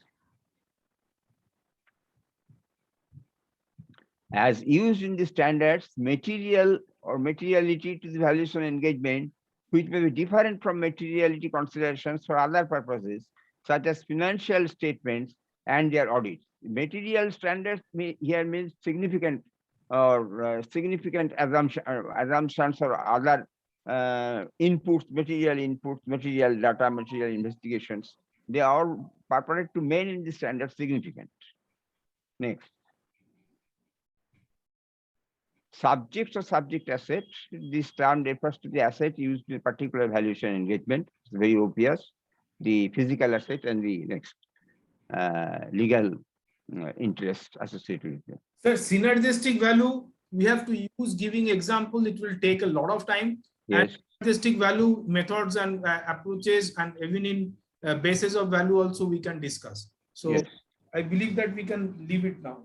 Synergistic value, I will not discuss. I'll just mention that when two interests are combined in the valuation, synergistic value is the value on the combined interest as a result of the whole combined resultant interest. What it produces in the market as value will be different from the two component interest separately valued.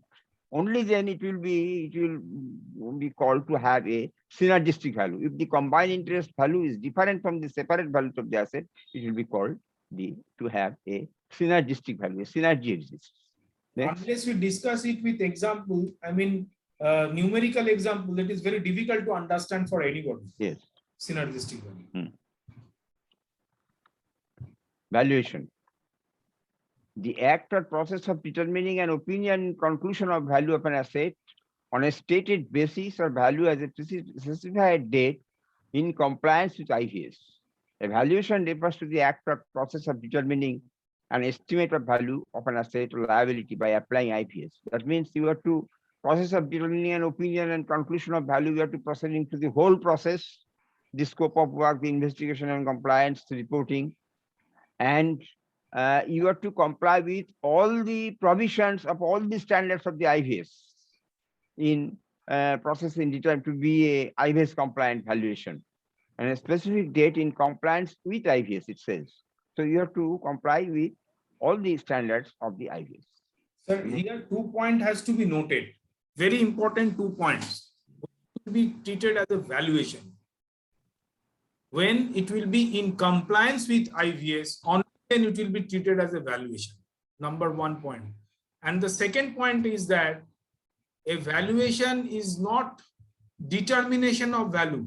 A valuation is determination of an estimate of value. The term estimate carries a huge weightage because determining value and determining an estimate of value is a huge difference. So the valuer, you should be very careful in understanding these things. The definition of valuation right now given by the IVS 2022, that valuation is nothing but determining an estimate of value. We are not determining the value. We are determining the estimate of value. There is a huge difference between that. Sir. Thank you. Valuation approach. There are 2 things in valuation. One is approach, another is method. In general, a way of estimating value that employs one or more specific valuation methods, that is called an approach. IVS 105 valuation approaches and methods. The definition is there also. Next. Valuation method. Within valuation approaches, a specific way to estimate a value, such as in income approach, we have the income calculation technique, the discounted cash flow techniques. These are separate methods and used in the same approach, income approach. Next. Purpose of valuation has already been discussed, that it is the reasons of valuation in purpose. What is meant is reasons of valuation, important for, very important for valuation purposes. Next. The valuation reviewer is a professional valuer engaged to review the work of another valuer. As part of valuation reviewer, that professional may perform valuation procedures and provide an opinion and value. So valuer, a valuation reviewer also must have to be a valuer, and he may give an opinion on value as part of his review process and perform certain valuation procedure as well.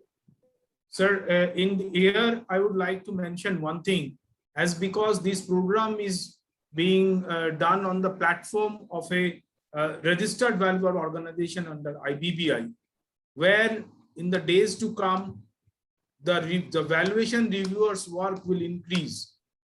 Now, a valuer can prepare by himself or herself, through the education and everything. But to prepare a valuation reviewer, the RVOs has to come forward. It's not that you have made a monitoring committee, you have made a valuation review committee, and they can review the value. Valuation review is also an art.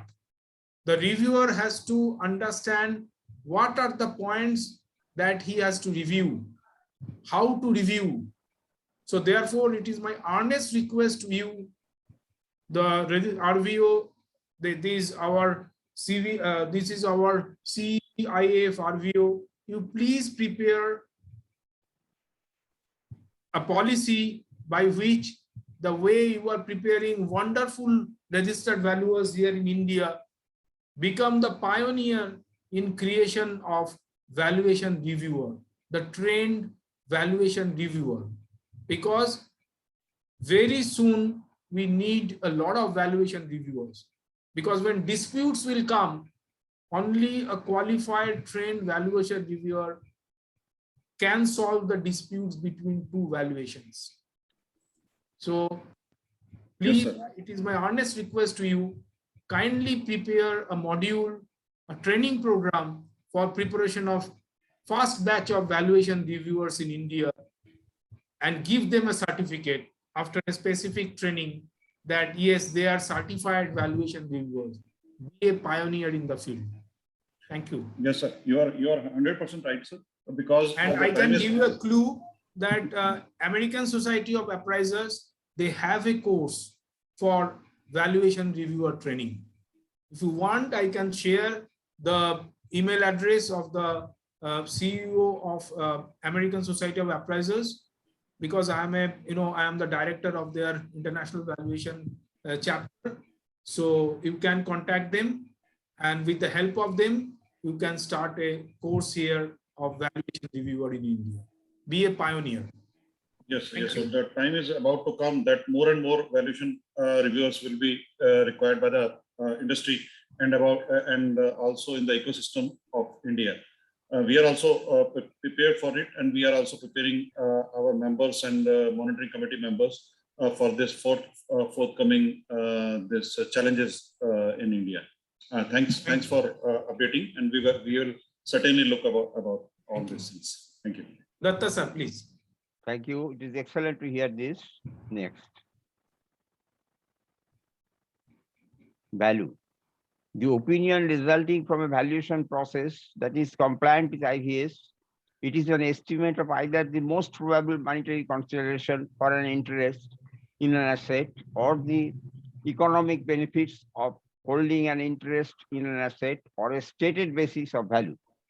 The word value refers to the judgment of the valuer of the estimated amount consists with one of the bases of value set out in IVS 104 bases of value. So what it boils down to, value is an estimate, and it is an estimate of what the price should be. And in its implementation, you have to follow rigorous methods so as to, you can come to a certain conclusion objectively, which all persons, many valuers that will come through such objectivity in measurement may come to same or near the same value. Value is always an estimate. Next.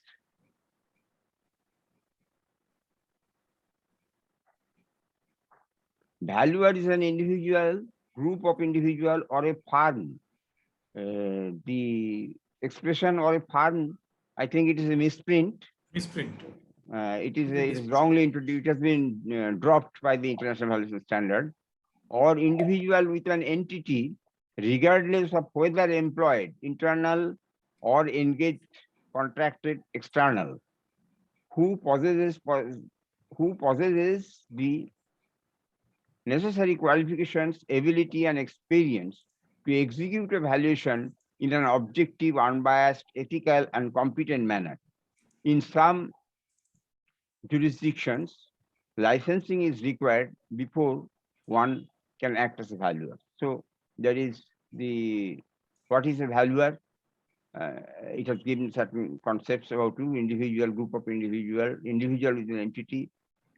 He may be an internal valuer or engaged or a contracted valuer, possessing the necessary qualifications and ability, execute a valuation in an unbiased, ethical, and competent manner. In some jurisdictions, licensing is required before one can act as a valuer. These expressions have been later explained in the framework. Sir, I would like to make an input here. It is very important for all the valuers practicing. I should say it is more important for the regulator to understand. In India, as per the rules for valuation in India by Insolvency and Bankruptcy Board, an entity can be a valuer. That means a company, a partnership firm, and LLP can be a valuer. And the same thing has been put in the draft valuation rule also. But here in 2022 edition of IVS, which is globally accepted, that nowhere except an individual valuer, nobody can be termed as a valuer. A valuer, second thing is that a valuer can be an employed person within an entity. A valuer can be a partner in an entity. But a valuer can be a director in an entity, company. But an entity can never be a valuer. So these terminology, I would request you, Sandeep ji, you please convey this message to IBBI that International Valuation Standard has changed their definition of valuation because of their experience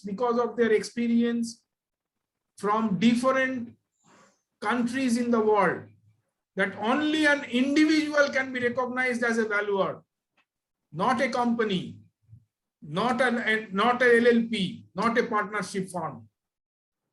So therefore, here also we have to go by the same line in which the entire world is running. We separate ourselves from the mainstream by giving the entities the name of valuer. A valuer only can be a person who can make a signature on the valuation. An entity can never make a signature. A company cannot make a signature. It has to be a human being. That is why we are not accepting automated valuation machines, because the machine cannot write. The machine cannot take a decision from their brain. Whatever knowledge inputs would be put inside them, they only work by that. They cannot take a rational decision. So therefore, after a long discussion with not only intangible asset board, but in all the boards in International Valuation Center, the final decision has been taken that only a human being could be termed as a valuer when he or she will be having necessary qualification and experience. So just passing out and passing a registration examination, you cannot be a valuer. Once you have been a valuer, to become a valuer, you have to have a experience in valuation, not an experience in engineering, not an experience in chartered accountancy, not an experience in doctorate, not an experience in as a lawyer. You need an experience as a valuer. That will make a difference between a new entrant. That is the dispute every time there in IBBI. You are making the senior valuers same line with the junior valuer.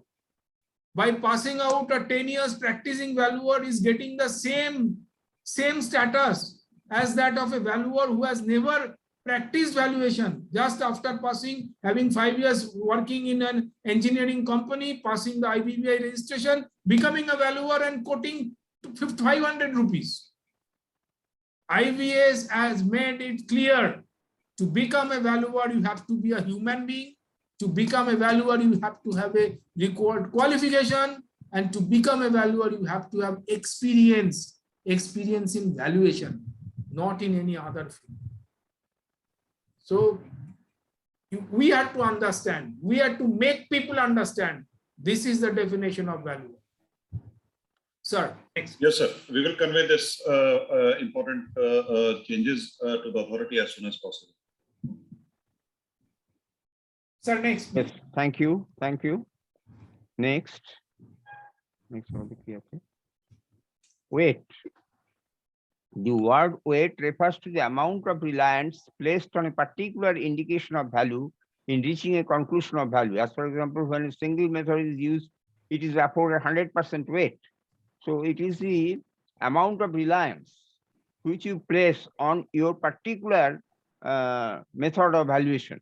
Suppose you have used two methods of valuation and or maybe different database method, different database calculations, estimations in the same method. Then all these methods, you have to give separate weightage to them. You cannot make an average of your value outcomes. This is the average value. That is not so. You have to give separate weighting to each of them, and then their weighted average is to be brought out to find you the indication of value. Next. Weighting. The word weighting refers to the process of analyzing and reconciling different indications of value, typically from different methods and or approaches. This process does not include the averaging of valuations, which is not acceptable. We have already explained this, that weighting means that you collect, assemble a number of data, and either you apply different methods or approaches or different data set processing and calculation on different data sets in the same method. You have to give weighting to each of the outcomes, and then their weighted average is to be taken out for acceptance. Sir, just for within 30 seconds, I would like to tell something on these, because the weight and weighting is very important thing right now in valuation. Just for example, in real estate valuation nowadays, we are getting, data from real estate websites. We used to get data from brokers. We used to get data from registered documents. Now 3 different data have been collected. How we will weight? How we will provide weight on them? How much reliability is in what? Definitely the reliability of the registered deed is the maximum. Then comes the data that we are getting from the real estate property websites, because you can document it there. But the data that you are getting from a broker is an hearsay data.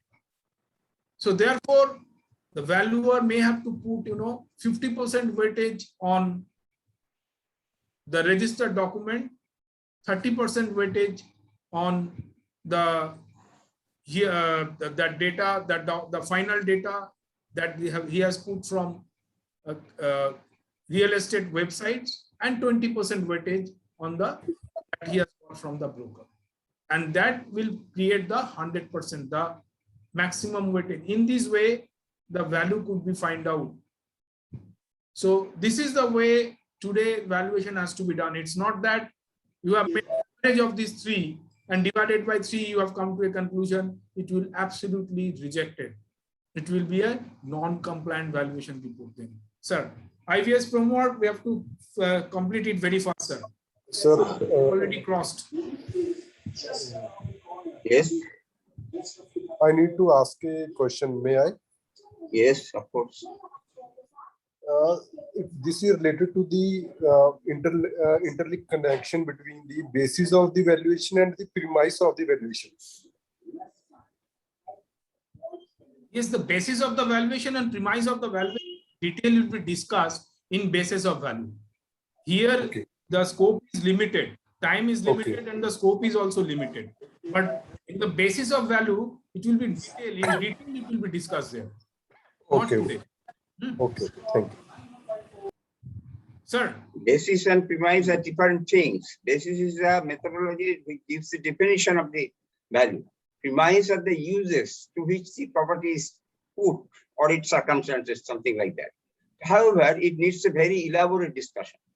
So we cannot proceed with that now. There is a full day discussion is there on basis of value. Only on basis of value. Today it is only the definition.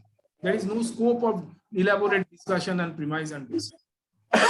So may I start with framework? Yes, sir, please. Okay, frameworks, actually it is the preamble of the IVS. It is from here the IVS starts. And this gives you This is a small item contents matter, but this gives you the principles under which you have to use the IBS, under which the valuer will have to follow his path to the IBS. It is the principle of objectivity, judgment, competence, and departure, the acceptable departures. These principles are to be followed, which are laid down under the IBS that the valuer has to go through. Next. Compliance with standards. Where a statement is made with a that a valuation will be or has been undertaken in accordance with the IBS, it is implicit that the valuation has been prepared in compliance with all the relevant standards. That your certification that you have prepared the standard with IBS will not allow you to do partly from IBS and then partly from another standards. That will not help you. You will have to follow the same standard and all its provisions that is applicable. Sir, in this respect, I would also like to give a small information that in our tangible asset board meeting in IVS, we spent a lot of time in deliberation on whether we will provide compliance and partial compliance, whether we provide a definition of partial compliance in IVS or not. You know, out of 12 members, you know, 3 people, they are from Germany, they are from US and UK, and they are from big companies, our members, our friends. They wanted to inclusion of partial compliance with standards because they are facing a lot of problem that their clients are asking for sometimes some things which are not in compliance with IVS. Some, you know, it says that all standards have to be compliant. There is no question of non-compliance with any standard. And that is putting the big companies in a difficulty to finally, you know, announce that the report is in compliance. So they want that a partial compliance with standard should be included in IVS. But immediately I protested, and I have been supported by rest of the board members. That as because the standard is either a full compliant or non-compliant. Because when you say partial compliant and IVS accepted that, then comes the question whether it is 10% compliant or 90% compliant. Who will judge? So on that aspect, the entire board final took a decision. There is no question of partial compliance. Either your report will be 100% compliant with IVS or non-compliant with IVS. Thank you, sir. Thank you. Next. A valuer can only depart from the international valuation standards as described in section 60 of this framework. We will come to this. Next. Assets and liabilities, we have discussed it once. The standards can be applied to the valuations of both assets and liabilities and present and future claims on assets and liabilities. This is a new addition, future claims on assets and liabilities. To assist the readability of the standards, the word asset or assets have been defined to include liability or liabilities and groups of assets, liabilities, or assets and liabilities, except where it is expressly stated otherwise, or it is clear from the context that liabilities are excluded. This has been discussed already. Next. Valuer has been defined as an individual, group of individual, or a firm. This is a misprint. Or a firm should be dropped. It has been dropped in the international valuation standard. Individual within an entity, regardless of whether employed, internal, or engaged external, possessing the necessary qualifications, ability, and experience to undertake evaluation in an objective, unbiased, ethical, and competent manner. In some jurisdictions, licensing is required before one can act as a valuer, because the valuation reviewer must also be a valuer. To assist with the legibility of these standards, the term valuer includes valuation reviewers, except where it is expressly stated otherwise, or it is clear from the context the valuation reviewers discussed earlier, yet the necessary qualifications, ability, and experience to undertake evaluation in an objective, unbiased, ethical, and competent manner. Sir, we have already discussed it, sir. Let's go to the next. Yes, sir. Hello. Sir, let's go to the next.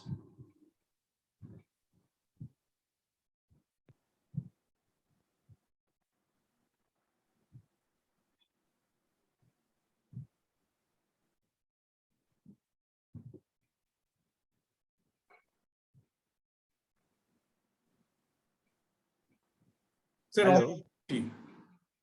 Yes. Shall I proceed? Yes, sir, please. Objectivity. The process of valuation requires the valuer to make impartial judgments as to the reliability of the inputs and assumptions. For a valuation to be credible, it is important that those judgments are made in a way that promotes transparency and minimizes the influence of any subjective factors on the process. Judgment used in evaluation must be applied objectively to avoid biased analysis, opinions, and conclusions.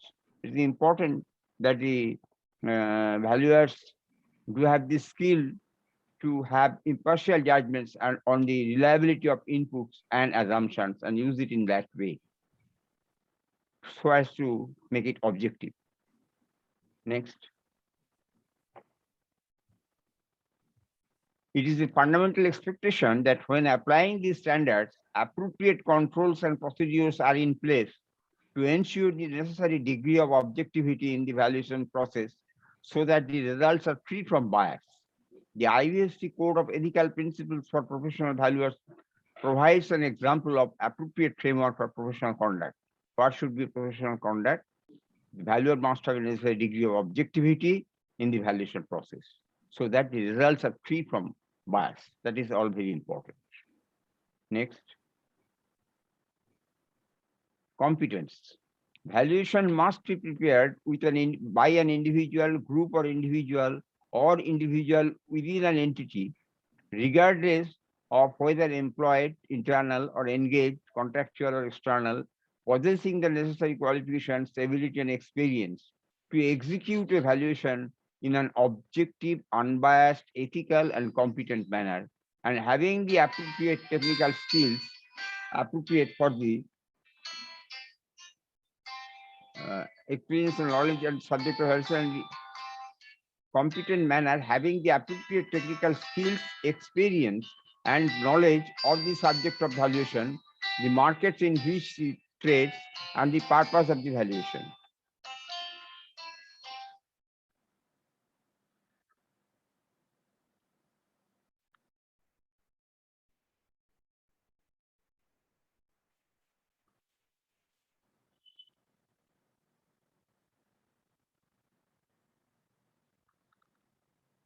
Next, after competence,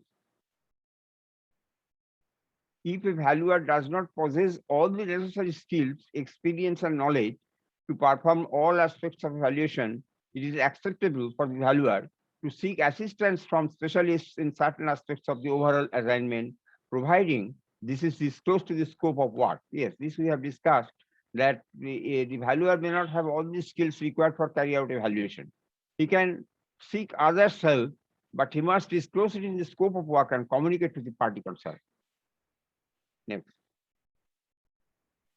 The valuer must have the technical skills, experience, and knowledge to understand, interpret, and utilize the work of any specialist. When the valuer asks for any specialist's help in an area on which he does not have sufficient experience, he can accept that, but he will have the skill, the technical skill, experience, and knowledge to understand, interpret, and utilize the work that has been provided by his invited specialist. Next. Departure. We have discussed it. A departure is a circumstance where specific regulatory or other authoritative requirements must be followed that differ from some of the requirements within the IVS. Departures are mandatory in that a valuer must comply with legislative, regulatory, and other authoritative requirements appropriate to the purpose and jurisdiction of the valuation to be in compliance with IVS. A valuer may still state that the valuation was performed in accordance to IVS when there are departures in these circumstances. You see, this is a provision which is very important for the valuers to follow and to learn that although something is provided in the IVS, the local regulatory, authoritative, and legislative framework, what it provides must take precedence over what has been provided in the IVS, and that departure is a permitted departure. I have seen one case in which the valuer has been asked by the valuer not to use the residual approach or the development approach of valuation in a property, but to use the market approach. Well, the valuer has to follow the market approach as per instruction of the bank, because they are the regulatory authority where the valuation is being sought, rather than the residual approach provided in the IVS. And the valuer is to make this, will make citation of this difference, will report about this difference, in what way he has to take this decision of using one method which is contrary to, in contradiction with the IVS depicted method. Sir, Next. I would like to mention one thing here, a small example, so that our participants can be more clearer on this issue.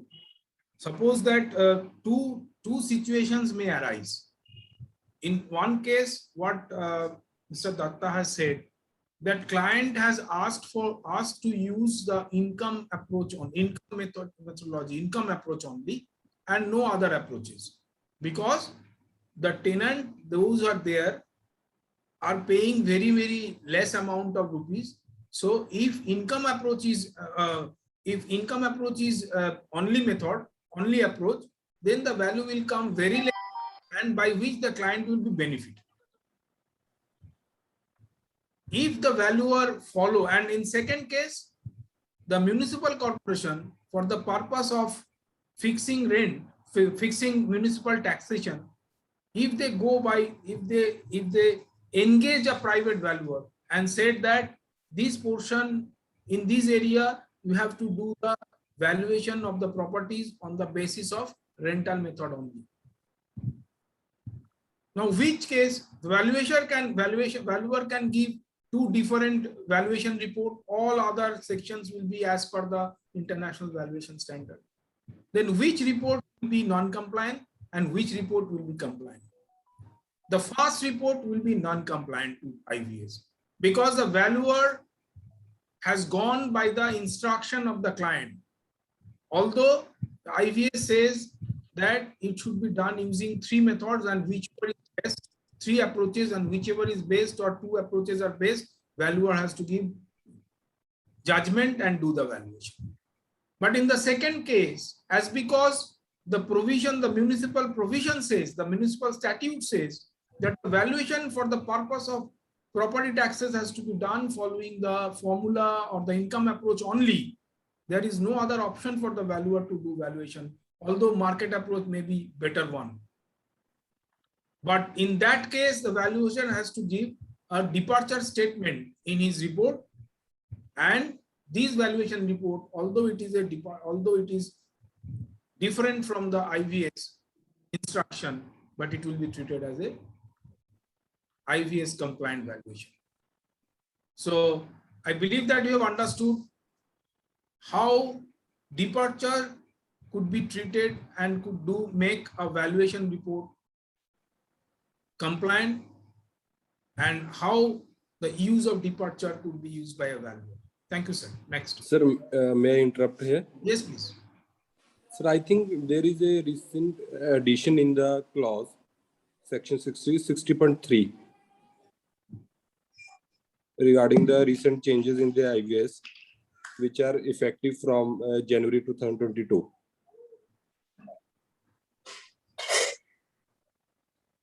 May I show you?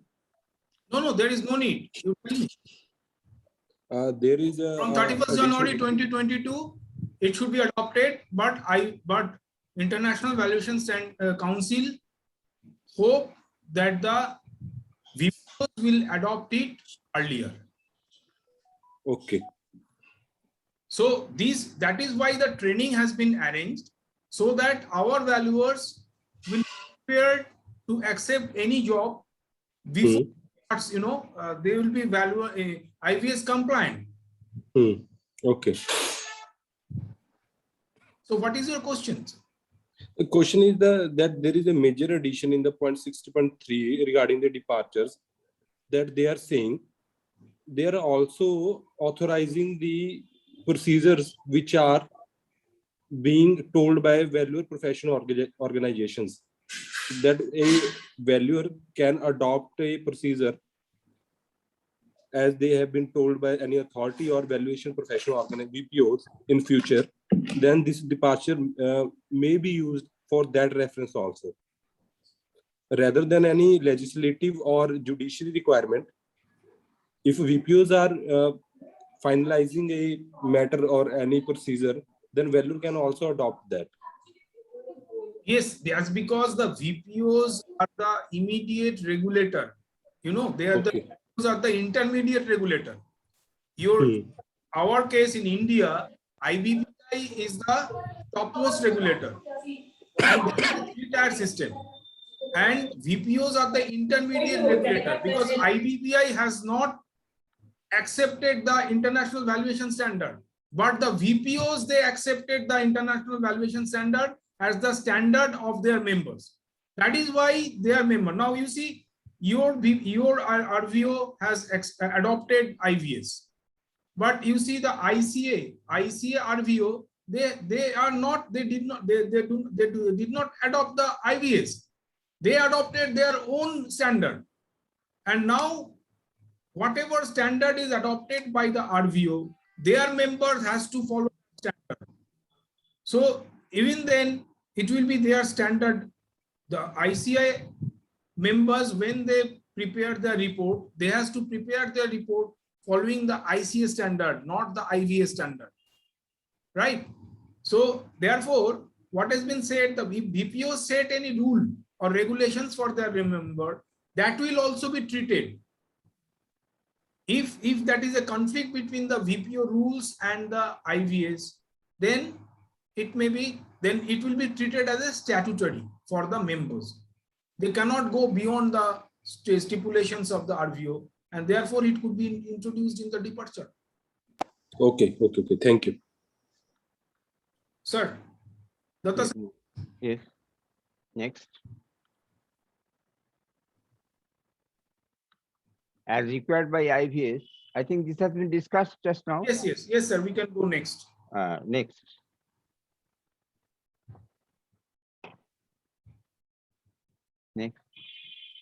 So finished.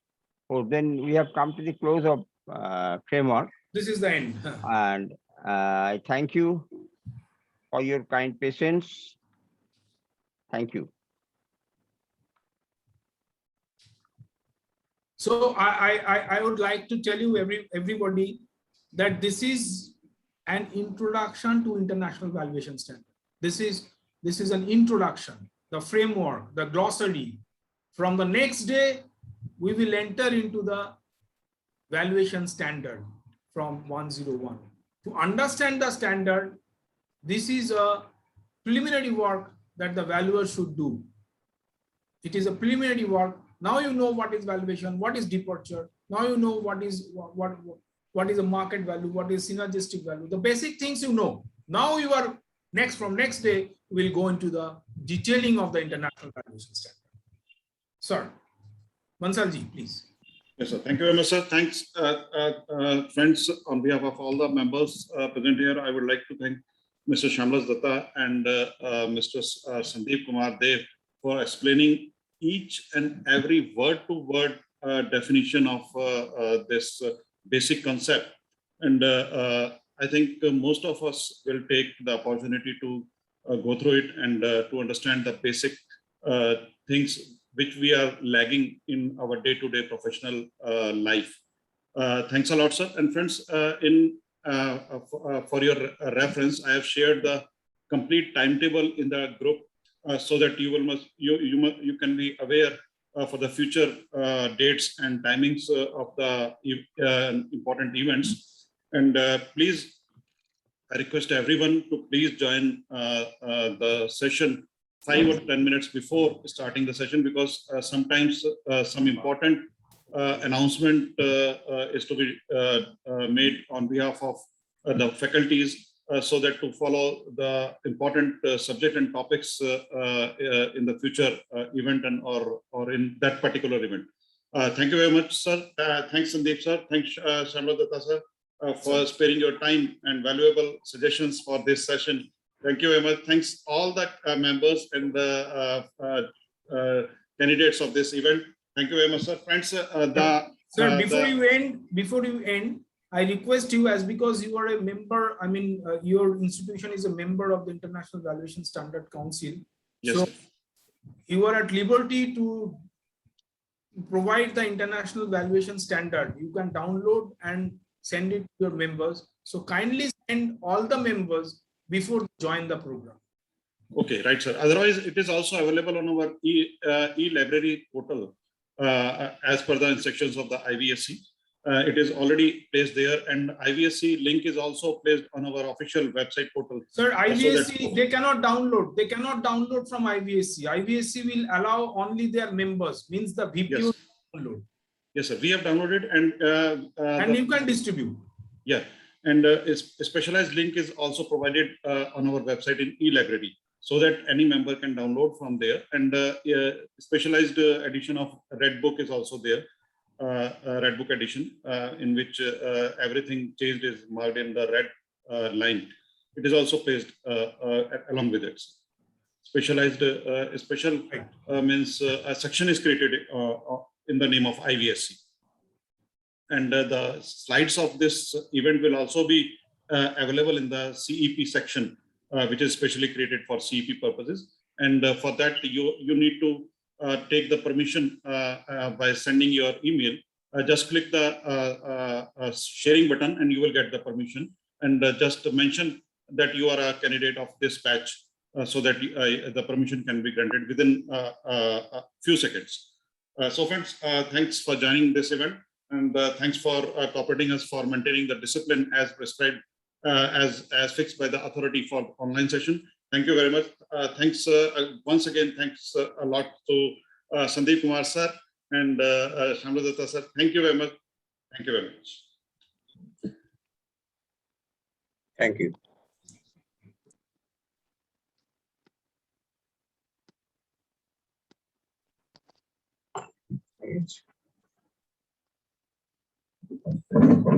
Friends, timetable is already shared. If you want to discuss anything, I am going to